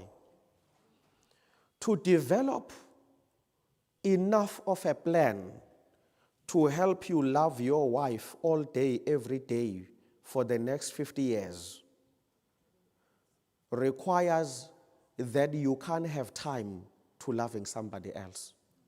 Let me be very clear, beloved. I have never met a single woman who came up and said, Pastor, tell my husband to love me less, it's too much. I've been involved in family life as a specialty for now over 10 years, Elder Risai. Never have I met a lady who came to me and said, Pastor, I am so loved, so loved, so loved, so loved. It's beginning to make me sick. Can you please tell my husband just to dial down a bit? The way God created Eve's daughters is the more you love, the more you can't go back below. Every time you think you've reached a new level for your wife, to her, that's the new ground. You understand? For you, we are at the 7th floor. For her, you've built a new foundation. Do better tomorrow. So when you start going out to play games, where are you finding the time? Because the person you were supposed to love has not okayed you. She hasn't said to you, no, listen, you love me so much, I think I need another woman to share with. This is too much. This is too much. At least bring somebody else to take half of it. Are you with me? That is why then I'm saying, we do these things simply because we failed to develop a plan. When we start cheating, when we start doing all these things, when we start saying to our children, oh my goodness, you know, I wish, why can't you be like so and so? The plan has failed. Because if you were on the plan, you would know what to do with the loved ones that God has given you. It's that simple. That's simple. I sit down with couples, men and women. Sometimes it's the woman that has cheated and she's trying to explain to me, and I say, listen, I'm a man, okay?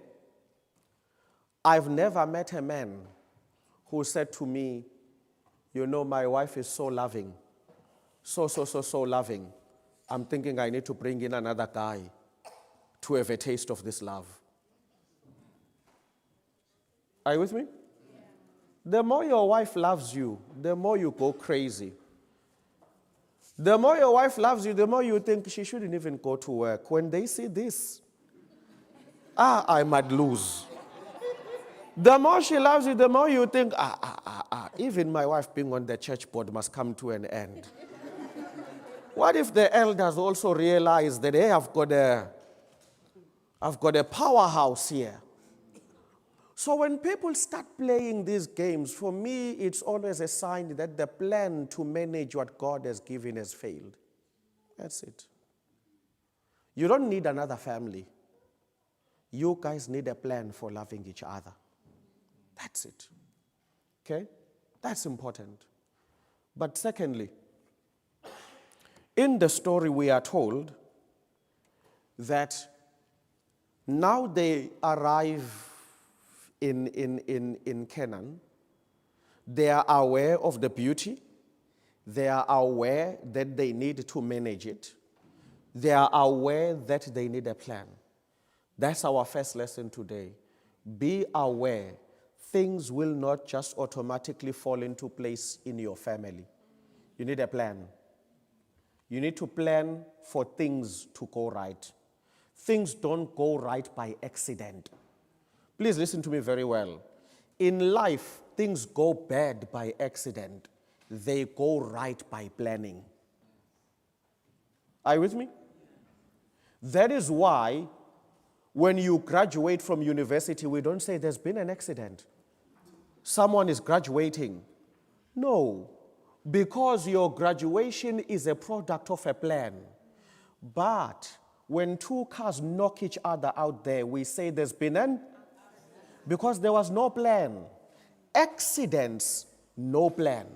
You cannot be happy without a plan. Now,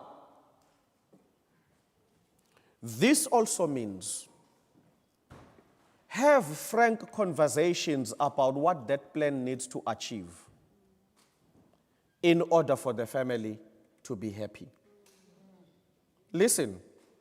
I'm going to address this and burst this myth. Oh, life in the UK is hard, Pastor. We are working so hard and we have to hold down many jobs to survive. Oh, please, get over yourselves. Life is hard in every part of this world. No one is waking up and saying, in my country you just breathe and money is in your account. No one is just breathing and money is in their account. In every country around the world, people have to work. Are you with me? But now here's the issue. Why are other families traveling? Because it's another thing. People are traveling with their wives and children, taking photos, enjoying themselves, doing the same job you are doing. They don't do it by magic. See, there's a plan that says we want a happy family. That plan, it dictates how we save, how much we save. Do you understand what I'm trying to say to you? Am I talking to myself now? When you have a plan, you will direct resources towards fulfilling that plan. Not that we've got more money than you. If you guys don't have a plan to build memories together, you will be in the same house, sunrise, sunset, for 20 years, busy chewing misery, looking at each other in the face.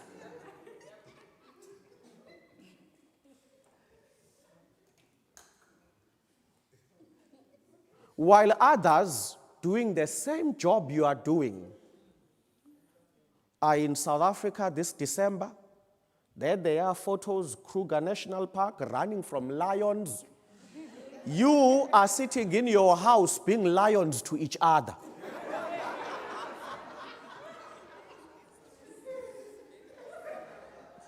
It's not that they made money magically appear. They have a plan to be happy, and that plan directs their budgeting. Huh? Maybe some of you don't know this. Let the pastor say it. Love gets frustrated with unchanging environments. Listen, you cannot expect romance in the same house you fight in. This house is congested with too many conflicting memories. Are you with me? You get onto bed, you want to be romantic. The same bed where your last born came and peed last night. Your last born was with you on this bed, sleeping with you, and decided to release himself here. Now the same bed must produce magic for a happy home. Be realistic. When you want a happy home, you have to develop a plan that follows that, including change of environments. With nothing wrong in your house, nothing wrong, just surprise your spouse and say, I've booked us a 3-day in a hotel. 3 hours from here. Let's go. Let's go to the Scottish Highlands. In a hotel, 3 days. And when we wake up, all we see are the rolling meadows and valleys and the broken castles and men in skirts.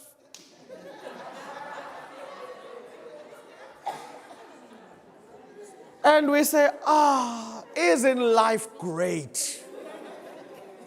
Are you with me? Now already some of you are answering me.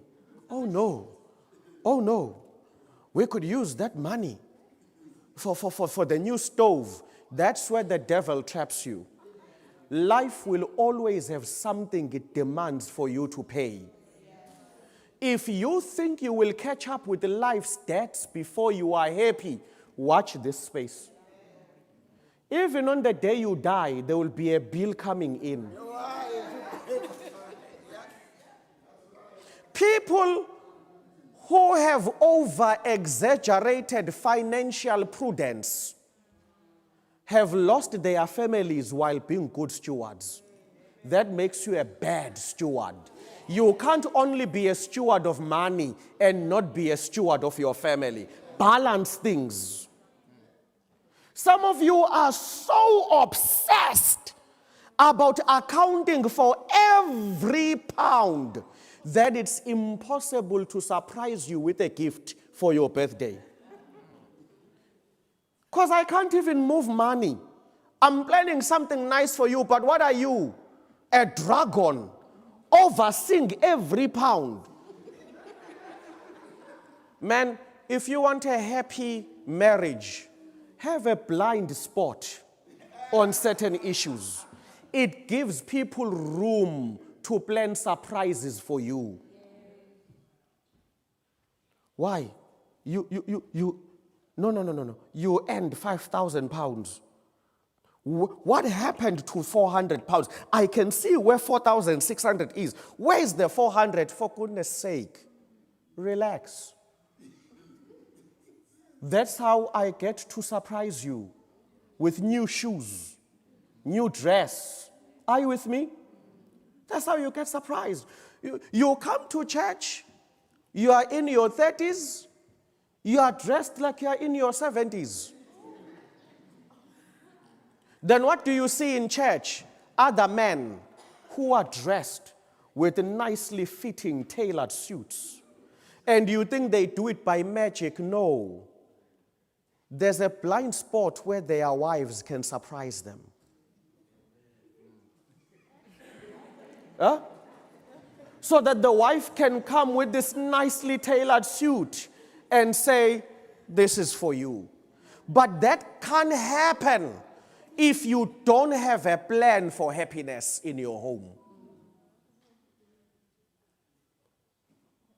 Well, Pastor, we've got problems. Listen, man, everyone has problems. We're coming from South Africa, there are problems. Problems are not your copyright. So don't tell us about them like you are telling something unique that only happens to you. This is life. Everyone has problems. But if you are going to be happy, you need to develop a plan in spite of the problems in life. Otherwise, you will be managing problems from day one till you finish. Think about it. If you've got 3 children that have 3-year gaps between them, that automatically says the next 30 years of your life are for parenting. Do you understand what I'm saying to you? So that means by the time the last born leaves the house, you are approaching your 50s and 60s. So if you were waiting for them to leave before you begin to have a good life, just think about that. You mean you will start traveling in your 60s? Yeah? When sitting in the plane for 8 hours now brings you aches and pains. Abraham and his wife had a plan. May not have been a brilliant plan, but they knew they were a beautiful couple and they needed a plan. Have a plan. Happiness won't fall on your lap as a family. Have a plan. So, they get there. They say, this is what we are going to do. Abimelech then marries Sarah. And the Bible tells us that there was a nice wedding, and in the evening, Abimelech was asleep. When God comes to him, God says, hey, Abimelech, you married this lady, and this lady is the wife of a prophet. Okay? But there's an important point that Abraham makes that I want to address. Let me just identify the verse very clearly. In verse 13, at the end, this is Abraham now speaking to Abimelech. Okay? Now that Abimelech is making them account. So Abraham answers. Maybe let's start from verse 12 so you get a good context. Besides, she really is my sister, the daughter of my father, though not of my mother, and she became my wife. Now verse 13. And when God had me wander from my father's household, I said to her, this is how you can show your love to me. Everywhere we go, say of me, he is my brother. But it's the first line that's key. This is how you will show your love to me. This is how you will show your love to who? The second most important thing that couples and families must never forget, you are not loving yourself. You are loving me. Listen to me when I tell you how I want to be loved. The biggest mistake in family life, we want to love our family members the way we want to. No, that pleases you, not me. Ask me how I want to be loved, because you are loving me. Most of us are loving ourselves through our family members. The real target is yourself. That is why you are doing what pleases you as a definition of love, rather than listening, what does my son want from me as love? Okay? On this one, a good example for me is my own family, because we're talking about family life. I can't talk about your family because I'm not part of your family. So, my family, okay?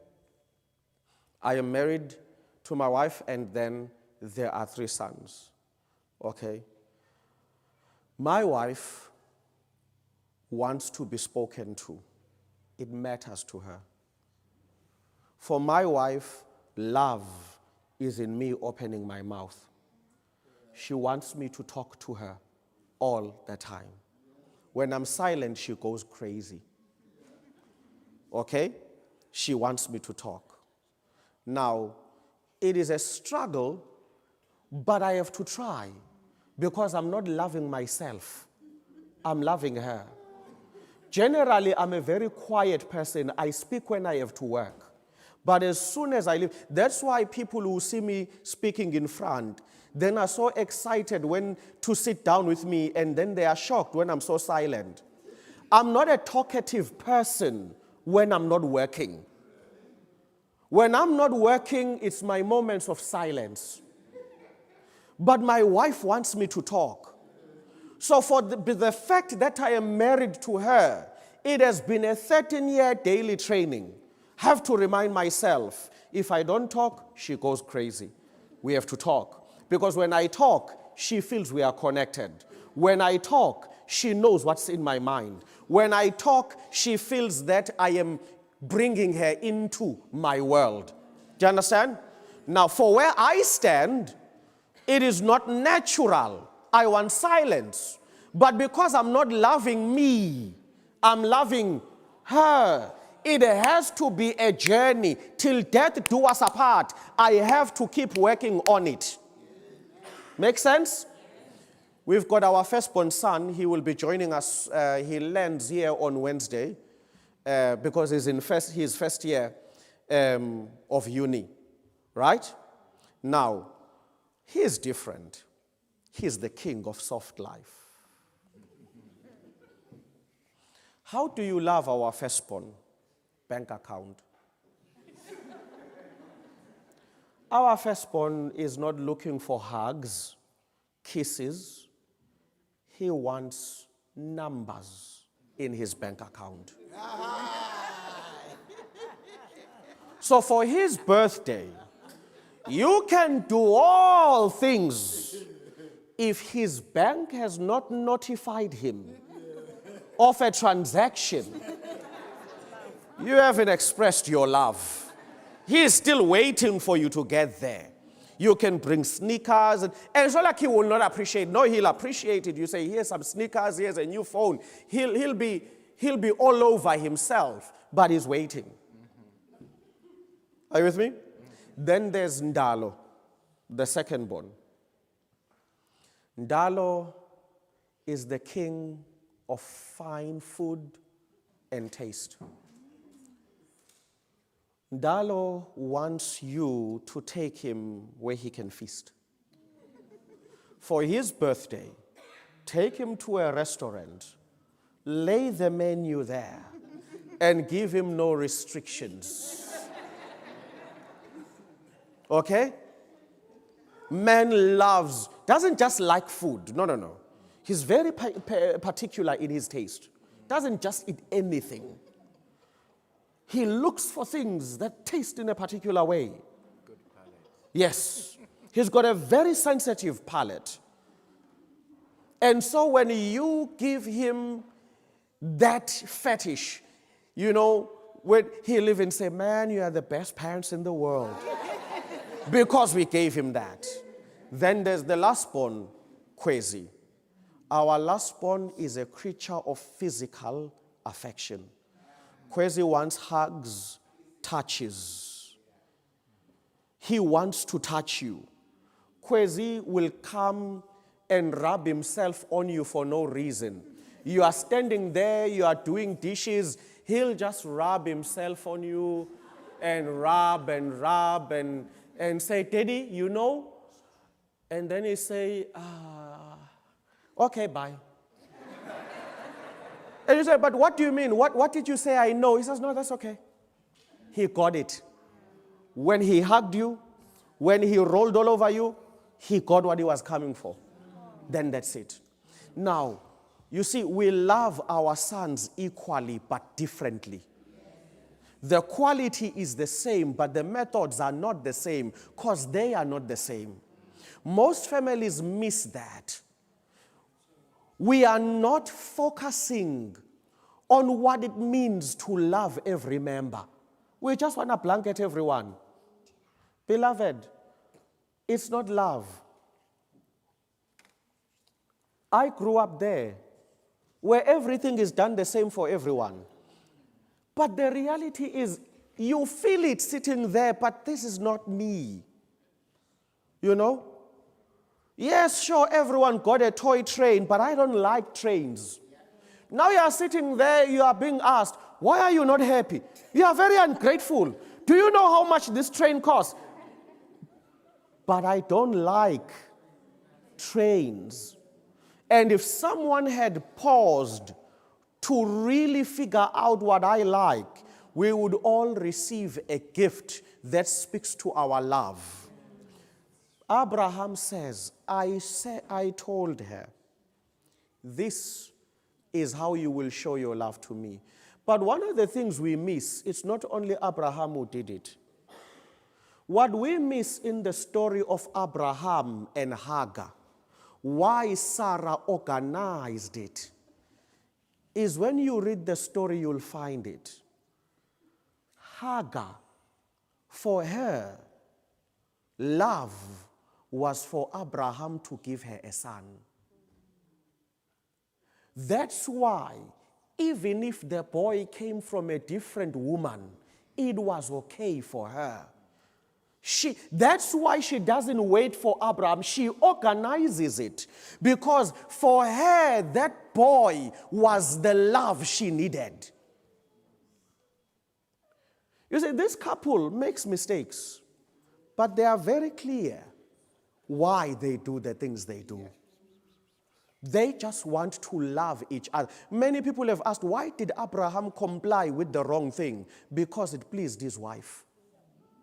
And all he wanted was a happy Sarah. That's it.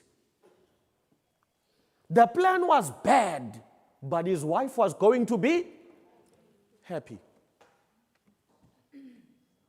Families must invest in knowing what makes individual members happy. And take time to meet them there. There's no point in buying your husband a new car every year when all he dreams about is just having a farm. Every year your husband has a birthday. Oh, here's a new BMW. Oh, here's a new Range Rover. And he's busy thinking, I just want land. You're not speaking to what he needs. Can't come with flowers every day for a wife who's not interested. You'll feel bouquets in every room and wonder, why is my wife ungrateful? Every room in this house has brand new flowers every day. And here she is saying she feels unloved. You didn't pause to ask, how do I love you? How do I love you? Abraham teaches us that lesson. Always ask. So one, have a plan for loving each other. Two, always ask so that you are in tune. Ask your children, ask your family, ask your siblings, am I loving you in a way that makes you happy? Because remember, we said the human has multifaceted relationships. Wherever you have a relationship, find out how they would like to be loved and tell them how you would like to be loved. Okay? So, I don't want to talk much about Abimelech. In fact, I'll leave Abimelech in this particular presentation. Just going to, because we are finishing at past as exactly designed. I want to touch on 2 lessons in the next 5 minutes and then we are done. By the way, I didn't come here for family life. I came for evangelism. So I just got hijacked. I got hijacked. I got hijacked. They said, you can't just leave without saying something on family life. So I complied, lest, the head elder might not let me go to bed. So, the third lesson that is important for me in this particular story about Abraham and Sarah. When they are now confronted by Abimelech, Abraham says, I thought there's no God in this place. I deceived you because I thought there's no God in this place. Like, in other words, you are people that can't be reasoned with. You are animals, barbarians. So I thought if God doesn't speak to you, you will surely kill me. And then God comes at night to speak to Abimelech, and Abimelech understands. This is the third lesson I'm going to share with you. The fact that your relatives and family don't believe the way you believe doesn't mean they don't deserve your respect. One of the biggest mistakes that Adventists have made is to look down on the parts of your family that are not Adventist. Because you think there's no God among them. Foolishness. God will speak wherever he wants to speak. Learn to respect and love your family members, even if you disagree on theology. Maybe let me put it differently. No church should have a right to separate a family. Never abandon your family because you disagree on beliefs. It is for God to speak where he wants to speak, not for you to cast judgment. Some of us here, as soon as your child says to you, I no longer believe in God, I no longer want to go to church, you explode. If you no longer believe in God, get out of my house. You have no place here. This is a God-fearing family. If you are not going to believe in God, get out of my house. Whoa, hold on there, Gabriel's cousin. You have a duty to love your family, even when you don't agree on spiritual issues.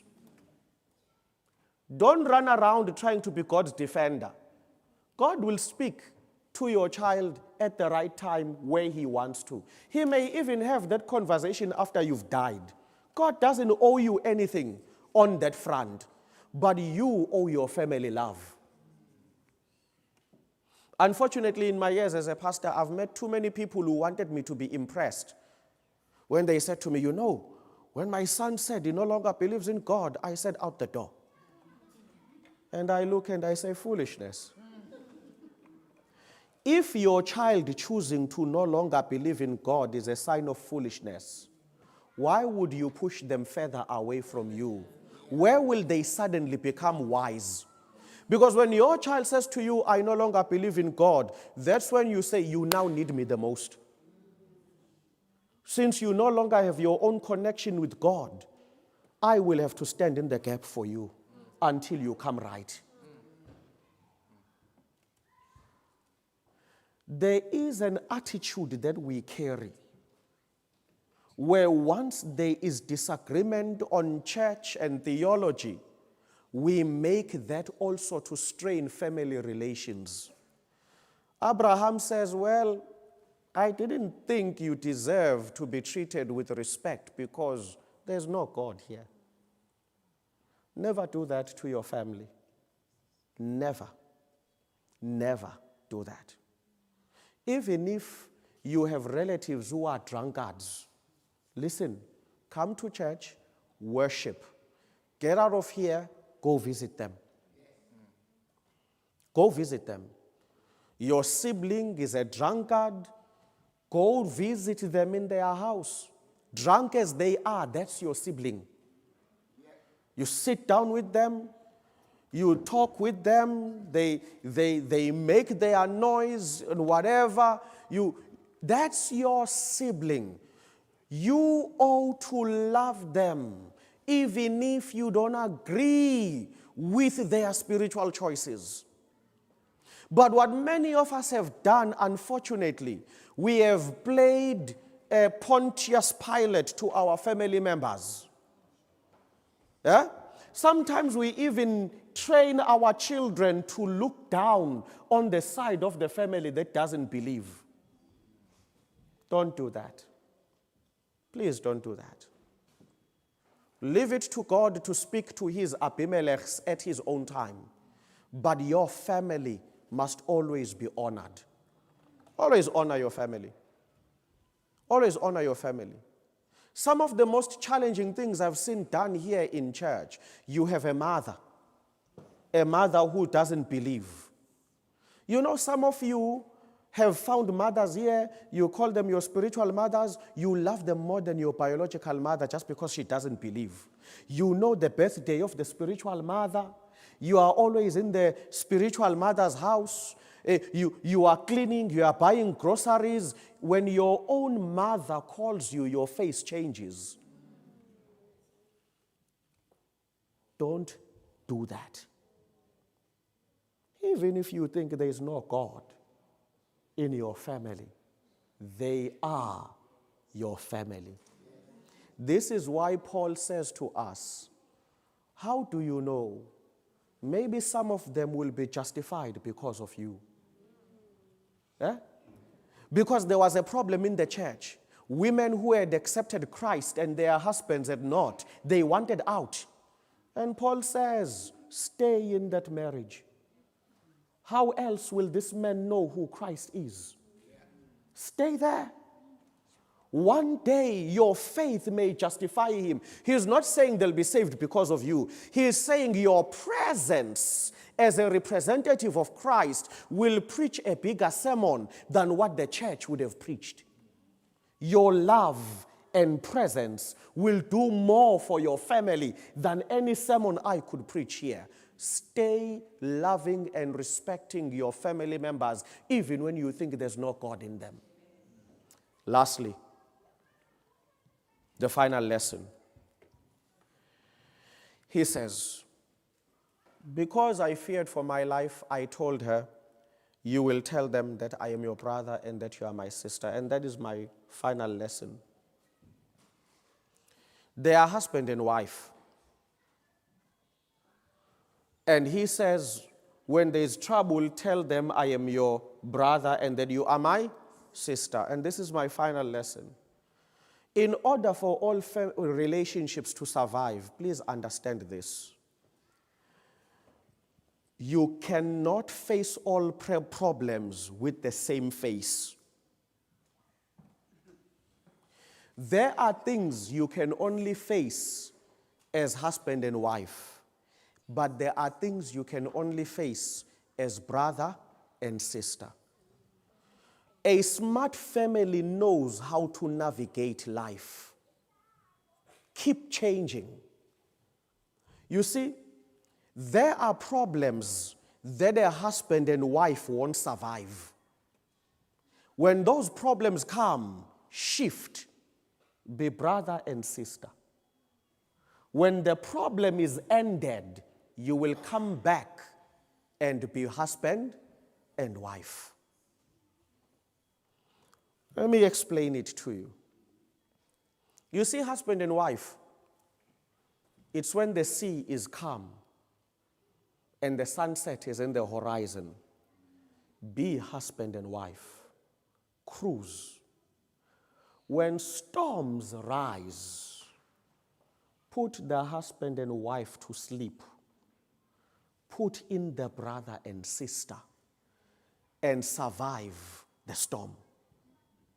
Because there are things a sister will do for a brother that a wife will not do for a husband. And to survive, you must know how to navigate. So, some of you here grew up with brothers and sisters, and you will understand what I'm about to explain. I only have brothers, only. But I grew up in a community where neighbors, everyone, we were close, we could see relationships. You know, brothers, we all come back from school.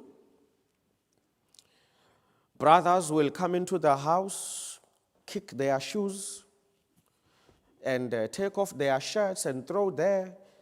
And the sister comes in, and there's the mom shouting, and now the sister must pick it all up, you know. And the brother goes into the kitchen, takes 10 slices of bread, just compresses everything, and bites it all. By the time the sister who was busy picking his things gets to the kitchen, there's no bread. Now the mother has to say, go buy bread. And out she goes, angry. Yeah? I would watch sometimes with my friends and their sisters. The sister angry. You're so selfish, you're so selfish. You just take all the bread and you eat. You don't think about anybody else. And I was busy washing your shirt because you just left it there. You're just a glutton and a lazy person. You're so frustrating. And off she goes to the shop, busy just telling him where to get off. Right? Yes. She left him in the house. On her way to the shop, she meets this guy who's asking her out, who annoys her, who always bullies her because he's asking her out. While she's dealing with this frustrating, annoying guy, here comes the brother with his soccer ball on the armpit, making his way to the field. And he sees what's going on. Then he comes there. Now, unfortunately, in the community I came from, such things were not sorted prayerfully. The rule was you just get there and you just go, pa, pa, pa, leave my sister alone. Then you walk away. The same brother who annoyed her is the same man who is now her hero. Brothers and sisters have that relationship. Brothers and sisters could be murdering each other right now. But if an outsider comes, they all come out like they were not murdering each other. Do you understand? That's the relationship between a brother and a sister. So you know, in the house we are cat and mouse. Even the parents will ask, what's wrong with you? Why can't you love each other? Like others. There's no like others. All siblings are fighting in every home. There's no others. But you know when your sister cries outside the door, you open that door faster than your mother and father because this is your sister and nobody. You see, that thing is in you even when you are the youngest brother. Your sister could be crying because of a man older than you. You could be 5 years old, but everything in you says, fight him. Fight him because he's touching you. And this is what the Bible is teaching us. That there are things a husband and wife are not going to know how to solve. If they go at it, they will crack.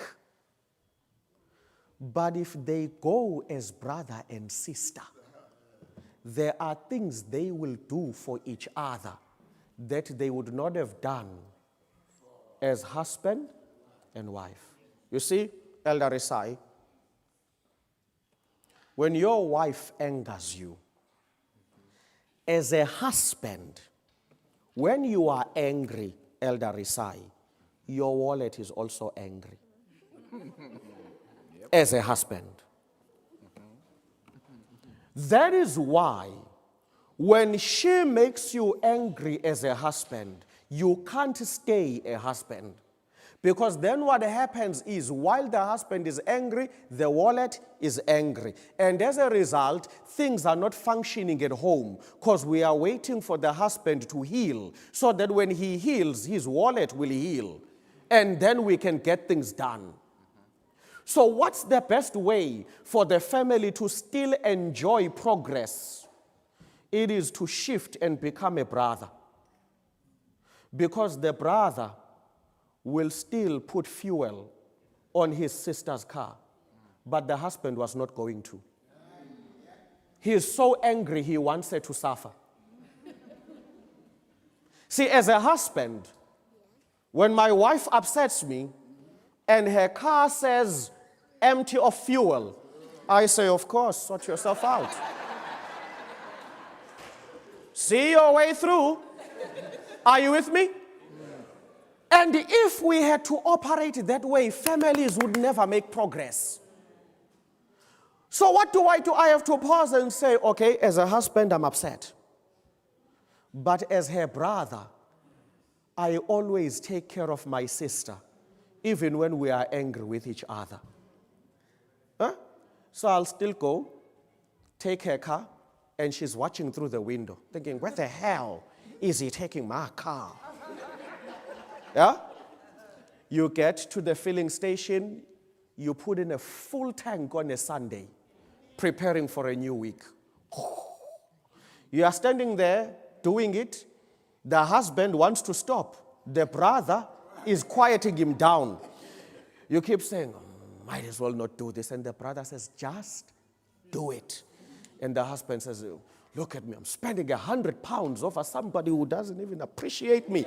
And the brother says, shh, just do it. The brother is commanding the husband now. You get home, you park the car, you put the keys on the table. The husband is still angry, he won't say anything.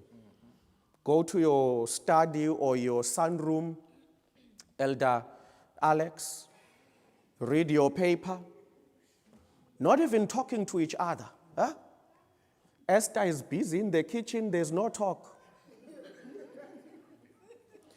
Then she thinks, I forgot a spice. Can't even ask him. Huh? Then she goes to the car. She thinks, oh my goodness, I don't even have fuel. And she starts the car, and the dial goes zoom. Although her husband is angry, her brother makes sure she's taken care of. Most couples divorce because we couldn't navigate. When one part got angry, we had no survival mode. Everything got angry. A sister, your wife may be angry with you, but your sister will still go to the kitchen and cook. You see, when wives are angry, kitchens are angry. You don't know how, even the temperature in the kitchen changes. It gets colder when the wife is angry. You're going there to get water, it's like even the taps are saying, look at him. He angered our friend. It's like even the fridge is just saying, get out of here. We don't like you. But you see, if wives only stayed wives, then she would get angry and she would go to bed and no one will eat. Just making typical examples. I'm not saying all wives cook. You get what I'm saying? But if you can be a sister, you'll go to the kitchen. You'll prepare a meal, set the table. The wife is angry, so she's sleeping. The sister is taking care of the family. Are we together? Now this is what happens. Then you go to the bedroom. Huh? You're still angry. The wife is angry. Okay? But listen to what has happened. The sister has done her part. She cooked, they ate, kitchen is clean. Then you get to the bedroom, you put in your leggings, you put in your winter pajamas, you put in your track pants, you put in your gown, you put on your winter hat. Now you are sending a message that though the sister took care of you, the wife is still offline. If you didn't get that, you are too young. That's okay. But do you see what is happening? Abraham and Sarah are simply teaching us not all problems can be faced by husband and wife. Some are too difficult for the husband and the wife. So shift to brother and sister. But let me warn you, the brother and sister gear is God's gift to survive a storm. It should not be there forever. Once the storm is sorted, put back the husband and wife gear and keep cruising. But this is a survival gear for difficult things. So let me tell this story and sit down. A few years ago, I was doing a week of prayer in a church, and one of the members who was there, he arrived 3 days after I had started the week of prayer. His wife then introduced him to me because she was personal ministries leader. And then she says to me, Pastor, this is my husband, and my husband is a captain of a sea vessel. Now, I'm not sure if they are here, but there's a big fishing company called I&J. They do sea products globally. So he tells me that he is a captain of a I&J fishing vessel. Now, I'm not talking boat that goes out to do fishing. No. He says, my ship travels 300, 400, 500, 600 kilometers, sometimes even 2,000 kilometers into the sea. There, my ship collects fish, and it has massive fridges. Other ships come dock next to it to offload and bring back to the land. So he says, on average, I spend 3 months at sea, 3 months at home. 3 months at sea, 3 months at home. So he says, can I take you for lunch? So we went for lunch, and we were in this beautiful restaurant right on the coast in Cape Town. And he says to me, do you see that ship there? I said, yes. He says, that's my ship. That's the one I was telling you about. I captain that ship. Massive thing. And then it tells me stories about the sea, things that happened there. It was a fascinating conversation, but this is the part he told me that mattered for family life. He says, you see, Pastor, that entire ship is complete steel on the outside. Thick steel. And he says, but what most people don't know is that inside, we don't join steel with steel everywhere. He says the critical parts, there is a rubber between steel. I said, oh, why? He says, if a ship was made only of steel, it would be so rigid. When waves hit it, it will break.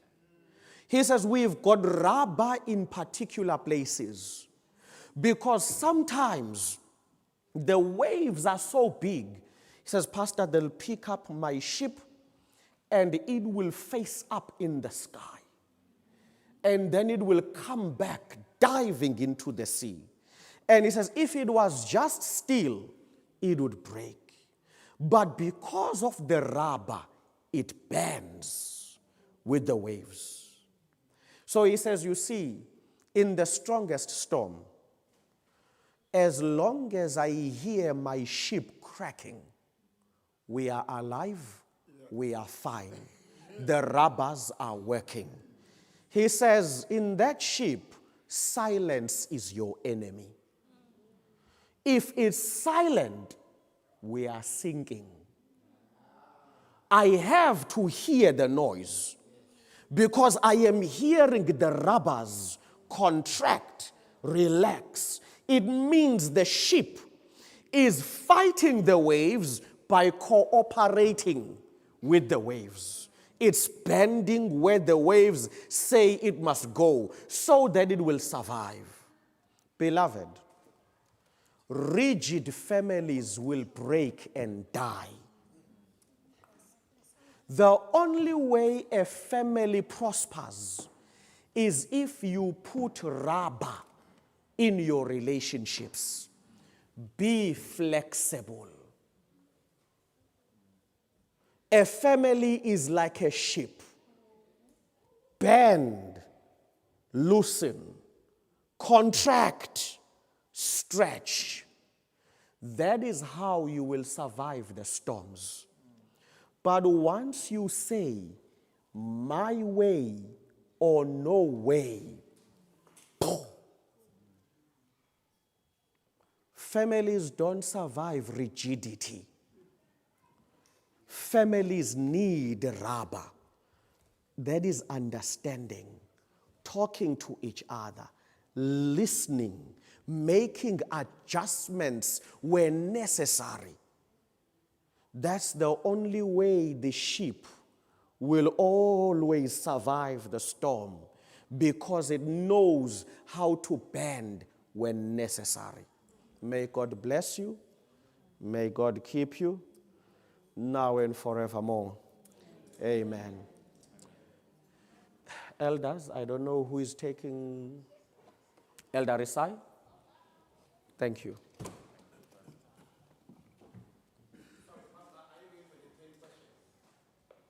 If there were, I would try.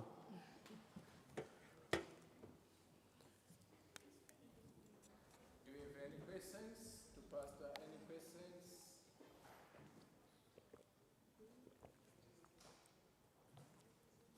No questions, Pastor.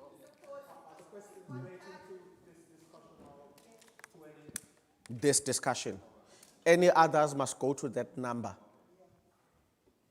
Suppose one party is willing to make a plan, but the other one is not willing. How do we get? Counseling. Because without a plan, you won't make it. You may even stay married but miserable, which is not really God's ideal. We have to find out, let me be very clear. People who don't want to negotiate, believe you me, there is something they need to heal from. But if we don't tap into it, we won't know. People, by nature, once hurt somewhere, we build walls.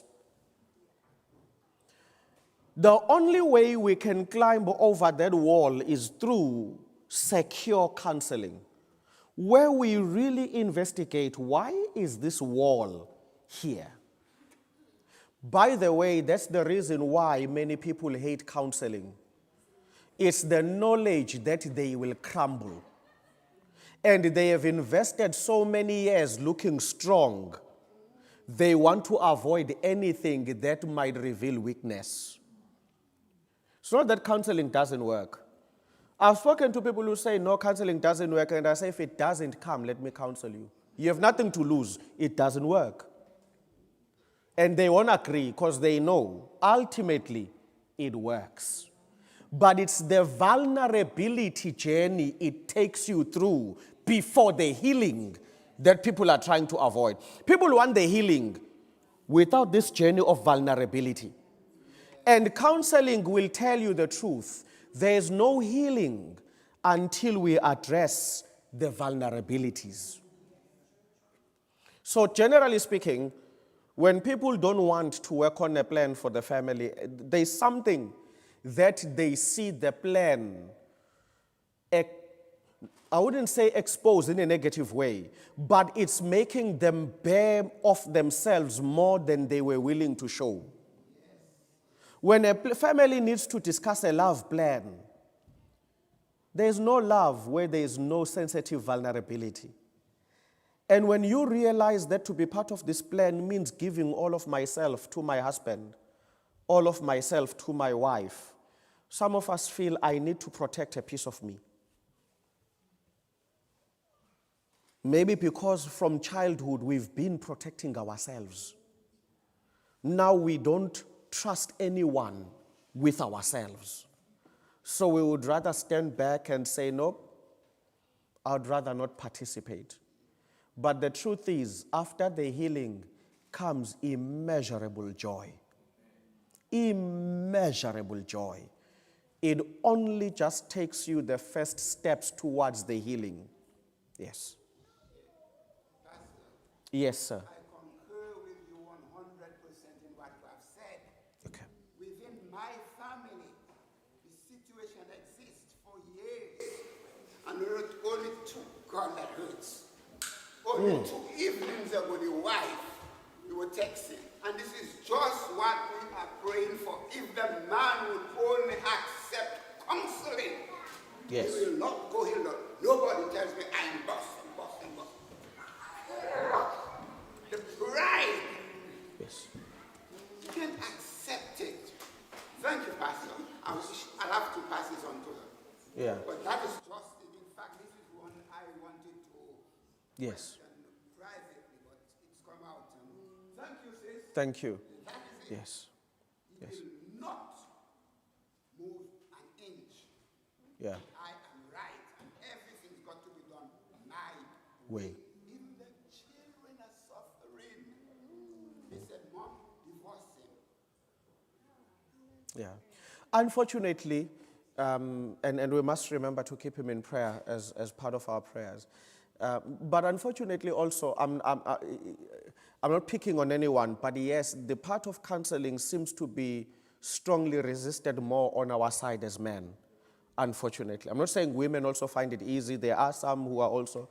But when you look at statistics, men are more anti counseling, okay? And like I said, it's got to do with things we have to heal from. It's got to do with the type of masculinity we inherited, where we were told men don't cry, man is never weak. But then what we come to discover over time is though we were told we are not supposed to be weak, what they never told us is still we will feel pain anyway. So pain mounts up in men every day, every month, every year, from all sorts. At work, things happen that hurt you. At home, even the wives, you will say things that really hurt us. But the problem is no one trained us to express it. Most men, the first sign that you want to be sensitive, you are shut down. By your mother, by your father. So you also will shut down your own children in their moments of weakness. But then what happens, it breeds this generational macho men. In other words, broken but appearing strong. Do you understand? And then it breeds a whole lot of tension now within the home. Because in reality speaking, you may end up convinced you are sitting with a man who is just heartless, only to realize he loves you more than life itself. But he doesn't know how to tell you the things that have broken him. On his own, he knows you are his everything. But when he sits in front of you and he wants to express, to say, okay, here is me and my vulnerability. He hears the voices of the mothers and the grandmothers and the grandfathers and the fathers and the uncles who all kept saying to him, be a man. So he does what? He puts a lead back again. Okay? Then we end up with strokes, heart attacks. We end up with suicides. But also men get violent. Because when all this pain boils up, one day it explodes in a fist on your wife's face. Or, why do you think most cases of road rage are men? You hardly see videos of women beating each other on the road. It's us. Why? Because you left home angered by your wife, but you have no tools of expressing that she hurt you. But you are not alone. Here on the M61, there are 500 of you. Just waiting for a trigger. Are you with me? And when a guy cuts you off, you feel the volcano going,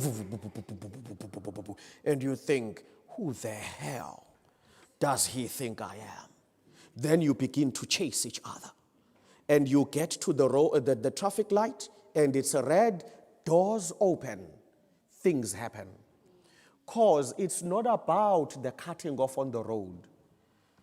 It's years of not being told how to deal with hurt and pain. And then it boils down to the marriages as well. Okay? Okay. What you emphasize is to have a plan. How do I go about making a plan? I jump new to this thing. I don't know. How do I plan? What do I plan? I am maybe more educated Okay. than the person. Just giving an example. How do we sit down and make a plan? There are 3 principles here that everyone needs to do in a family. There's the main vision, the main target. The family needs to be happy. That is the target. Unshakable target. The family needs to be happy. You can even replace the word happiness with love. The family must love each other. So it doesn't matter which word you put there. Love, happiness, they are all communicating the same thing. Now we need to do 3 things for that. We need to first develop it. Once it's developed, we need to manage it. Once we manage it well, we must promote it. In other words, now we are passing it on as an attribute to our children so that they also multiply this happiness in their own homes where they are going. So you develop it, you manage it very well so that it stays there, and then you promote it so that even when your children leave your house, they are going to carry this happiness with them wherever they are going. And so the plan, ma'am, is right there. Then the first question to ask is, what is needed in order for my family members to be happy? Now, each family must begin to answer that for itself. Once you know, for us as a family to be happy, put it down maybe, even what they call a vision board. This is what this family needs in order to be happy. Then comes the question, how do we get there? What resources need to be put in? We are now answering all of them. When I say resources, I mean all. What is the time investment towards this happiness? What is the money investment towards this happiness? What is the skill investment towards this happiness? Skill, again, is important. Why? Because no one can work the plan on their own. Family members have different gifts. Are you with me? So we will all have to pitch in with our gifts, our skills, but contributing towards the same plan. Are we still together? You know, for example, I'm not a very, very creative person. Even for my own birthday, I rely on my wife. It's not in me. I don't know how to sit down and plan and do all of that. But my wife is like a rocket. Once you tell her we have a trip, I don't know what happens in her, but she takes out spreadsheets, and suddenly there are numbers and things, and it all adds up to the most minute plan. On this day we are there, and this finishes at this time. It takes an hour to take a train from here to there, so we are going to be there at this time. And as we travel with the kids, it all happens. It all happens. And I'm grateful for that because she's brilliant. So when we travel, my kids and I, the duty is to be happy. Just show up and be happy. Okay? So I make my own contributions, such as, for example, taking endless photos. I'm the cameraman because my wife doesn't want to miss its memories, and I support it. But I know for the amount of time she's put in to make sure we enjoy, I have to step up and make sure she captures the beauty of it all. Do you understand? So everyone has to play a role. The skill, the finances, the time. Pitch in for that vision board. Pitch in. Are we together? That's important. By God's grace, I'm a guy who loves the kitchen. I could safely say 95% of the time I cook in our house. It's my contribution to the vision board.